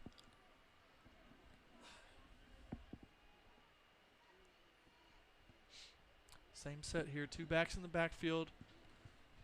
They've been doing a little bit of mixing it up, running it here some, and kind of looking for these deep curls. Looking for the curl here. Uh-oh. Oh, that's trouble. Whoa. Great play by Caleb Kelly there. Well, yeah, and especially not to get a little, it's easy to get overzealous and just go after the player that's right there in front of you. Yeah. But to have that forethought of, I'm in here comes a pass, jump up and go for the ball. Yeah, kind of started to extend his hands a little bit, but pulled him back and kind of just went up for the ball, which is really smart heads-up play. 3rd and 9 here inside the red zone. Same power formation, 2 receivers left, 1 to the right. Going to the right side this time, and it is. Oh, my gosh, what a catch. Yes, he caught it about the 7-yard line. Wow, number 5. I got to get him a shout out. Jaden Todd, my goodness. Listed as a sophomore, but that's his 2nd or 3rd great catch on the sideline. And it does give them the first down. Knocking on the door. Right before that play, I was about to say it's 3rd and long, and I don't think they're going to settle for a field goal down 21. Right. So really, they probably had 2 plays anyways there. They didn't have to get it there, but a great play nonetheless. Inside the 10-yard line now. Has the snap, looking to the left side, get back to the right side, going into the corner. Was there somebody there? No. I don't see it. Is that not? Does he have a receiver anywhere in that area? No one in the area. No one in the same zip code. Okay. No one in the blue zone from what I could see.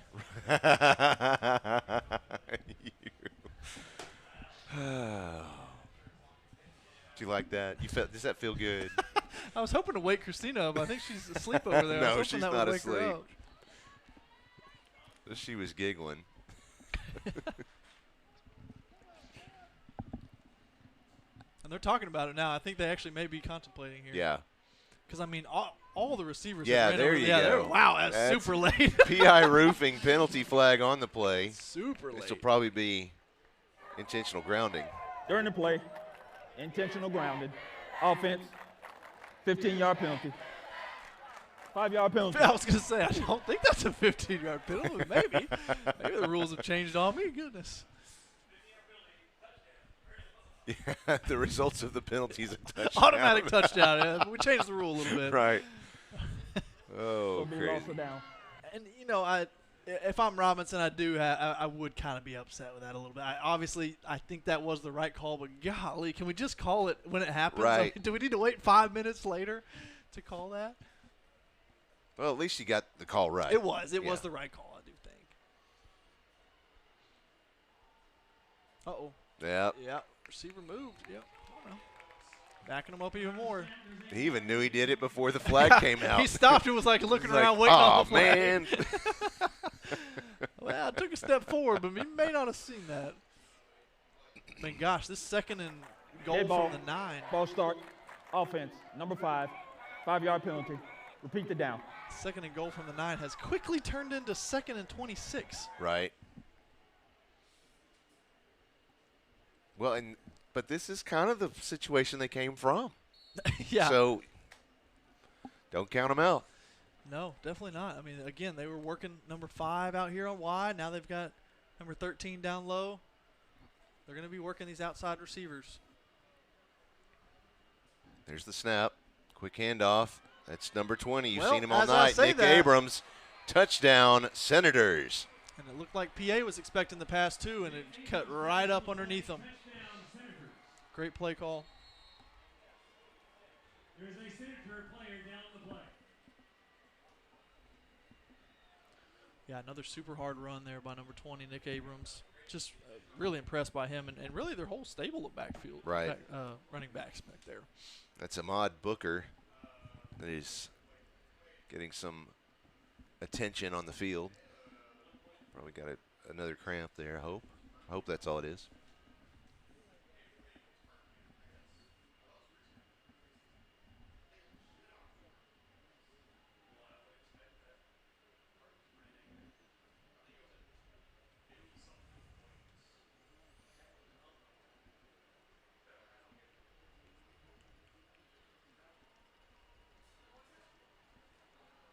Deke Gramps wrote in on our live fan feedback. He says, y'all are my second favorite announcers right behind Bob Euchre.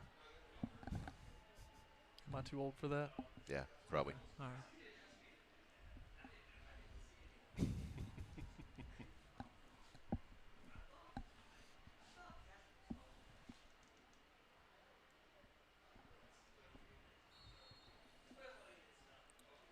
So looking for the extra point here. Good hold. The kick is up. The kick is good.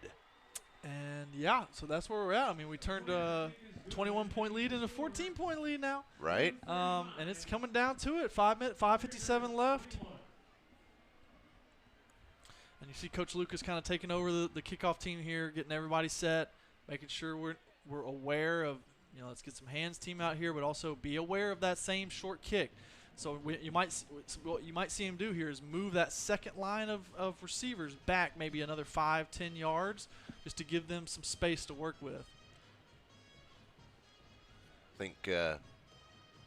think Chris Amsler found a song that their cheerleaders like. Yeah, they've got a whole dance. They've got a routine for it. Oh, wow. Yeah.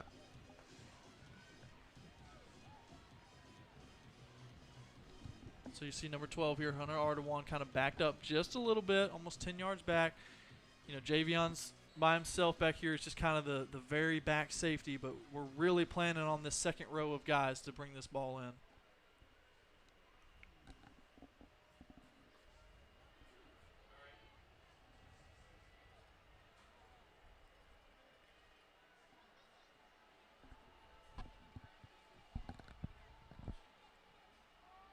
Comes the kick. Another Skyer. And Sabota's there. Good safe catch. Nice. Good. Stop it right there at the 35-yard line in Bruin territory. The kickoff is fair caught by number 8, William Sabota. So this is an interesting conundrum if you're an offensive coordinator, if Coach Thrash is going through I was just about to ask you about that. You're up by 14. Right. So you have a lead. You got 5:50 left. It's really probably pretty rare that you're going to run the entire clock out on this drive. So really, obviously you want to run the ball. If you're having success, keep running the ball to keep that clock running and shorten this game as much as possible. But you don't want to just run the ball 3 times, go out and give them the ball back and make this an even better game. So, look for him to mix in some short passes right here. Yep. There's the short pass number 1 to number 1. That's Connor Coldren. But he really doesn't. Yeah, he wasn't able to even turn it upfield. Nope. Lost about two yards there. So good news, clock running, but still you lost 2 yards. So now you got to think probably going to end up passing here just because it's a 2nd and long. Don't have to, but it's a really tricky situation as offensive coordinator on this type of setup.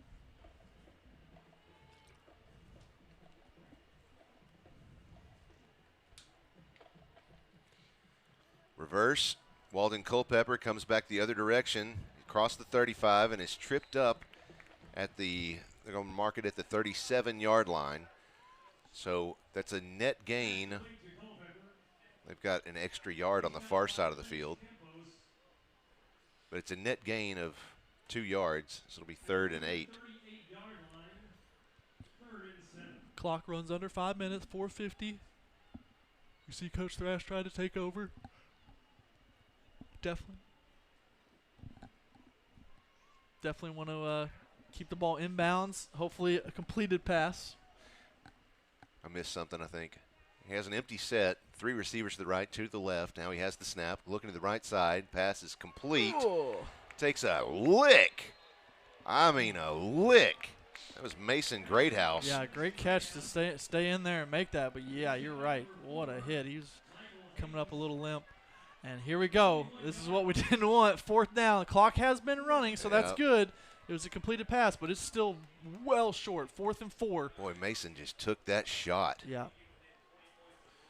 4th and 4 inside your own territory. Empty backfield. 3 receivers left, 2 to the right. Blitz 10 seconds on the play clock. Looks like the blitz is coming. Yep, here it comes.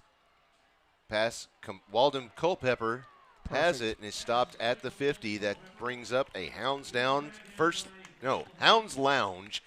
down. Yeah, there you go. Wow. And I don't know, they brought the blitz from the inside, and I don't know if Walden was already on a stop route or he could have had a blitz package built in to where he saw the blitz, stopped his route early, and yelled for Brandon to give him that ball short of the sticks. But overall, great play. Good conversion there. Huge for PA. 3 minutes, 40 seconds left in the game. Yeah, and Coach Thrash is going to take a little time here, change the play some, let that clock run. Nothing wrong with that. Has the snap, rolls out to the right, now back to the left. There goes the flag. Now he keeps it. Slide down. Yep. He doesn't slide, but he rolls at least across the 40. Picks up a first down, but we'll have to see about this flag. It came in from the backfield, so I'm going to bet it's against the Bruins.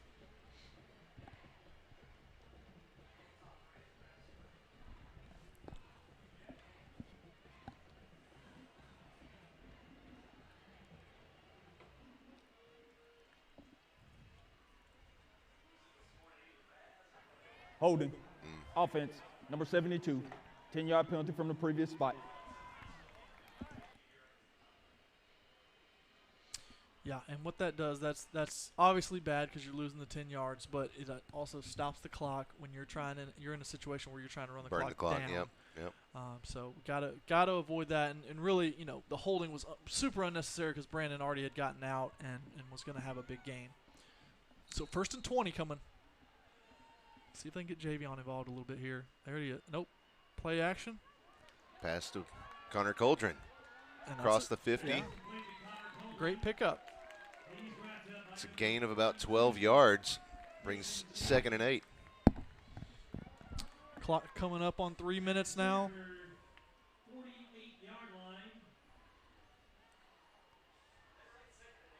Yes, that is correct. 2nd and 8. Little tighter formation. You see Conan come in for Connor here. Tight formation. Sabota in motion. Whoa, big hit there, and wow. Michael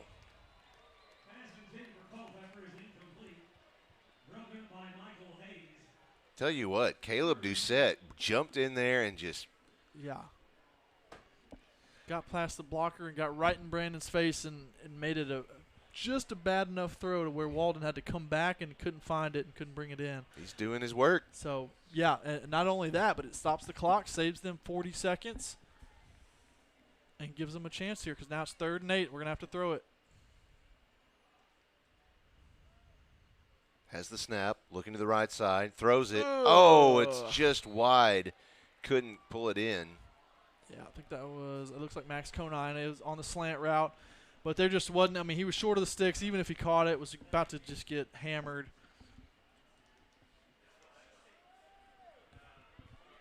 So here it is, 4th and 8. Pass is complete to Max Conine. He's picked up by Tank Reese at the 48-yard line, 4th and 8. That's a Homer's kitchen table, 4th down. Before we have the Homer's Kitchen Table 4th down, we're going to take a Henson Loop Automotive timeout. Second time out of the half.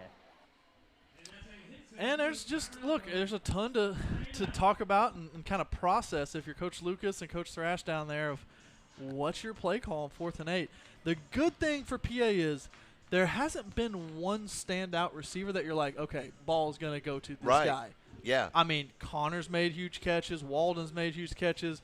Javion has not had huge games, but, I mean, threatening enough to get 8 yards. Mason has. Will Manning, Great House. Like, I mean, so many different options that really Robinson can't say this is where it's going. Right. It's just you got to play solid defense all around.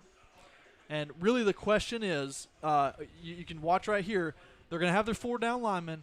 Their linebackers. Are there 2 linebackers going to blitz or are they going to play coverage? That's the only deciding factor here. So keep an eye on the linebackers. We'll see what they're going to do, and that's going to be your tell. So here you go. You can already see the linebackers can see they walking brought up. out. They brought back 74 out here. And you see them walking up, 21 right here in the gap. So you got 6 men coming. This ball's going to have to come out hot. Nope, they're backing out. Slings it deep, too deep. Had Connor Coldren in the area, but led him at about 3 yards. Yeah, he's kind of doing a little half rollout, looking to throw it backside to Connor, and it just overthrew him. Connor couldn't catch up to that one. So it'll go back to the Senators with 2.5 minutes remaining in the game.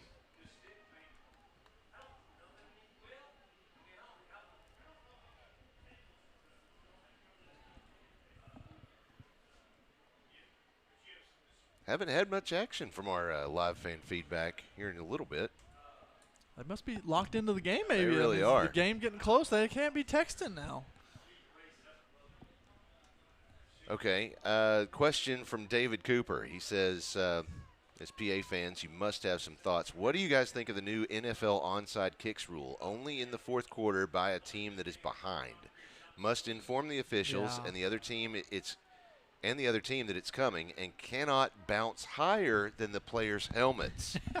It's for safety, so colleges and high school may follow. He says will follow. I'm gonna change that to may follow. Yeah. Woo. First off, right when you read that, the player's height is a terrible arbitrary height. Yeah. 6'7" or 5'11", I don't know. Right. How high can the ball go? And you don't have someone scanning there to know exactly Yeah, where the height exactly is. how high that's did that a terrible unit of measure. But look, you're talking to the high school broadcast team that goes for it and it kicks on sides every time. I hate it. It's terrible. There's no. It takes out the creativity. It takes out the surprise of an onside kick. That was an awkward pass, but he was. got it.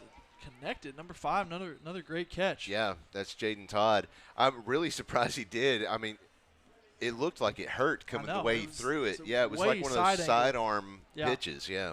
Somehow flung it out there and got it complete. See a lot of pitchers doing that these days, just kind of. But it looks like they're throwing their shoulder out with every pitch. No, I can't stand. I can't that. either. Just makes me cringe. Yeah, another quick note, though. I do enjoy I think I'm going to enjoy the new NFL regular kickoff rule where they're kind of tighter together. The teams are tighter together and they kick it, but they can't run after them until it's caught. I think that is actually going to bring some excitement to the kickoff. Oh, whoa. Over the top. Yeah, great job by Jackson Redmond. Yep. Got off his block. I think they tried to chip him with a linebacker or a tight end, which is just not going to cut it with a guy that can rush the passer like that. And Robinson's going to have to call a timeout because that clock was running. Timeout. Joe T. Robinson, the second timeout of the half. That is another Henson Loop Automotive timeout. Like I said earlier, Henson Loop Automotive just down the street, about a block and a half away from PA. Guess which street they're on? Henson Loop. They're on Henson Loop. Come on now. Congratulations. Yeah. You're right. You got it. Of course, they're just, like I said, just down the street. Don't get a gift card for that? Well, what? Oh, okay. Right. So they have full vehicle diagnostics, engine repair, AC and heating, brakes, oil changes. You know, you need some help with your vehicle? Those are the guys. Go over there and see the brothers. They're doing great things for autos. Just great people. Like I said, I've known them for about 10 years or more, and just a great couple of folks.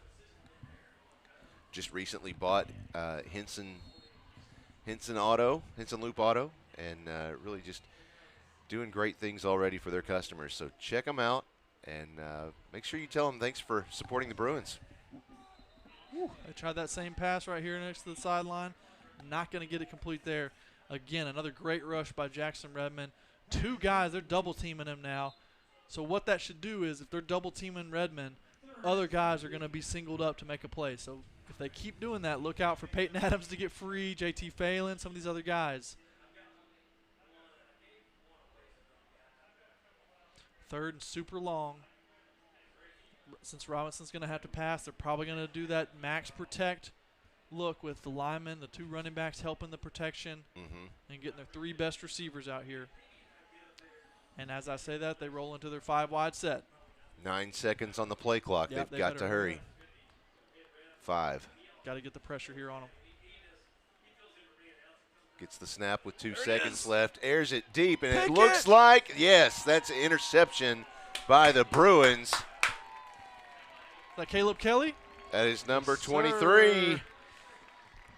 None other than Caleb Kelly. Hey, Caleb gets the interception in that book, but shout out to JT Phelan on the pressure to create all of that. That was all on him. It was everything that was important happened back here, really. Right, to pressure the quarterback, make him throw it quick and throw it straight up in the air. Minute 37 seconds left in the game. The Bruins will take possession at their own 10-yard line. Not a great spot, but you know what? It's a great spot to waste a minute and a half. No doubt, no doubt. One timeout left, so that, they will be able to stop it, but we won't be able to run the entire clock out. 40 and 40 is 80 seconds.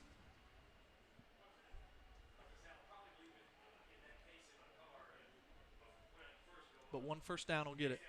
Handoff goes to Charlie Cotros around the edge. Getting a block from Peyton Crabtree.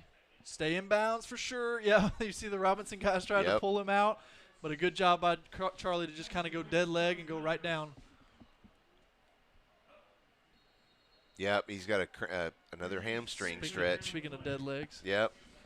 Or cramp, I should say, not stretch. Woo, look at her go. She's just booking it across that field. The ball is just outside the 14-yard line. That'll bring us second and 16.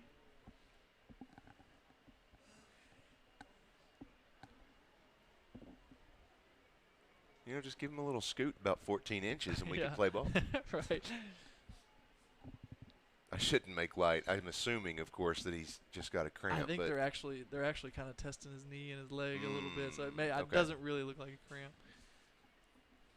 So we'll let him have his time. Sitting up. But yeah, here he comes.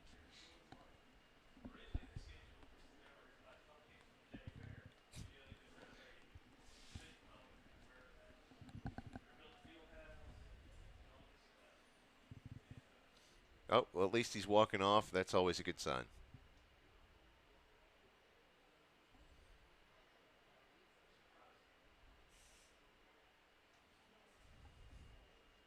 Now, does the white hat – I was going to say he took his hat off, but I wondered if that meant something. I think he's just wiping the brow. Right. So they should They should start the clock back here. I'm hoping. Probably they're waiting for him to get off the field, yeah. I'm hoping they don't give him an injury timeout. See, yeah, he didn't wind it. Yeah. Oh, my gosh. He didn't wind it. You're right. They may need to look at that rule. Yeah, they're all pointing at the clock, right. every one of them. Yeah. Oh, there now he okay, winds it. Okay, yeah. now he wind the clock. There we go.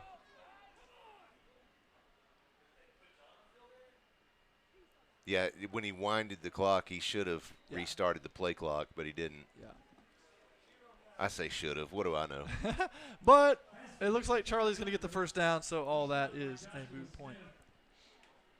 So we're a couple kneel downs away. Hey, it's the first game of the year for the refs too. All they got was the benefit game, so hey, let them work on it.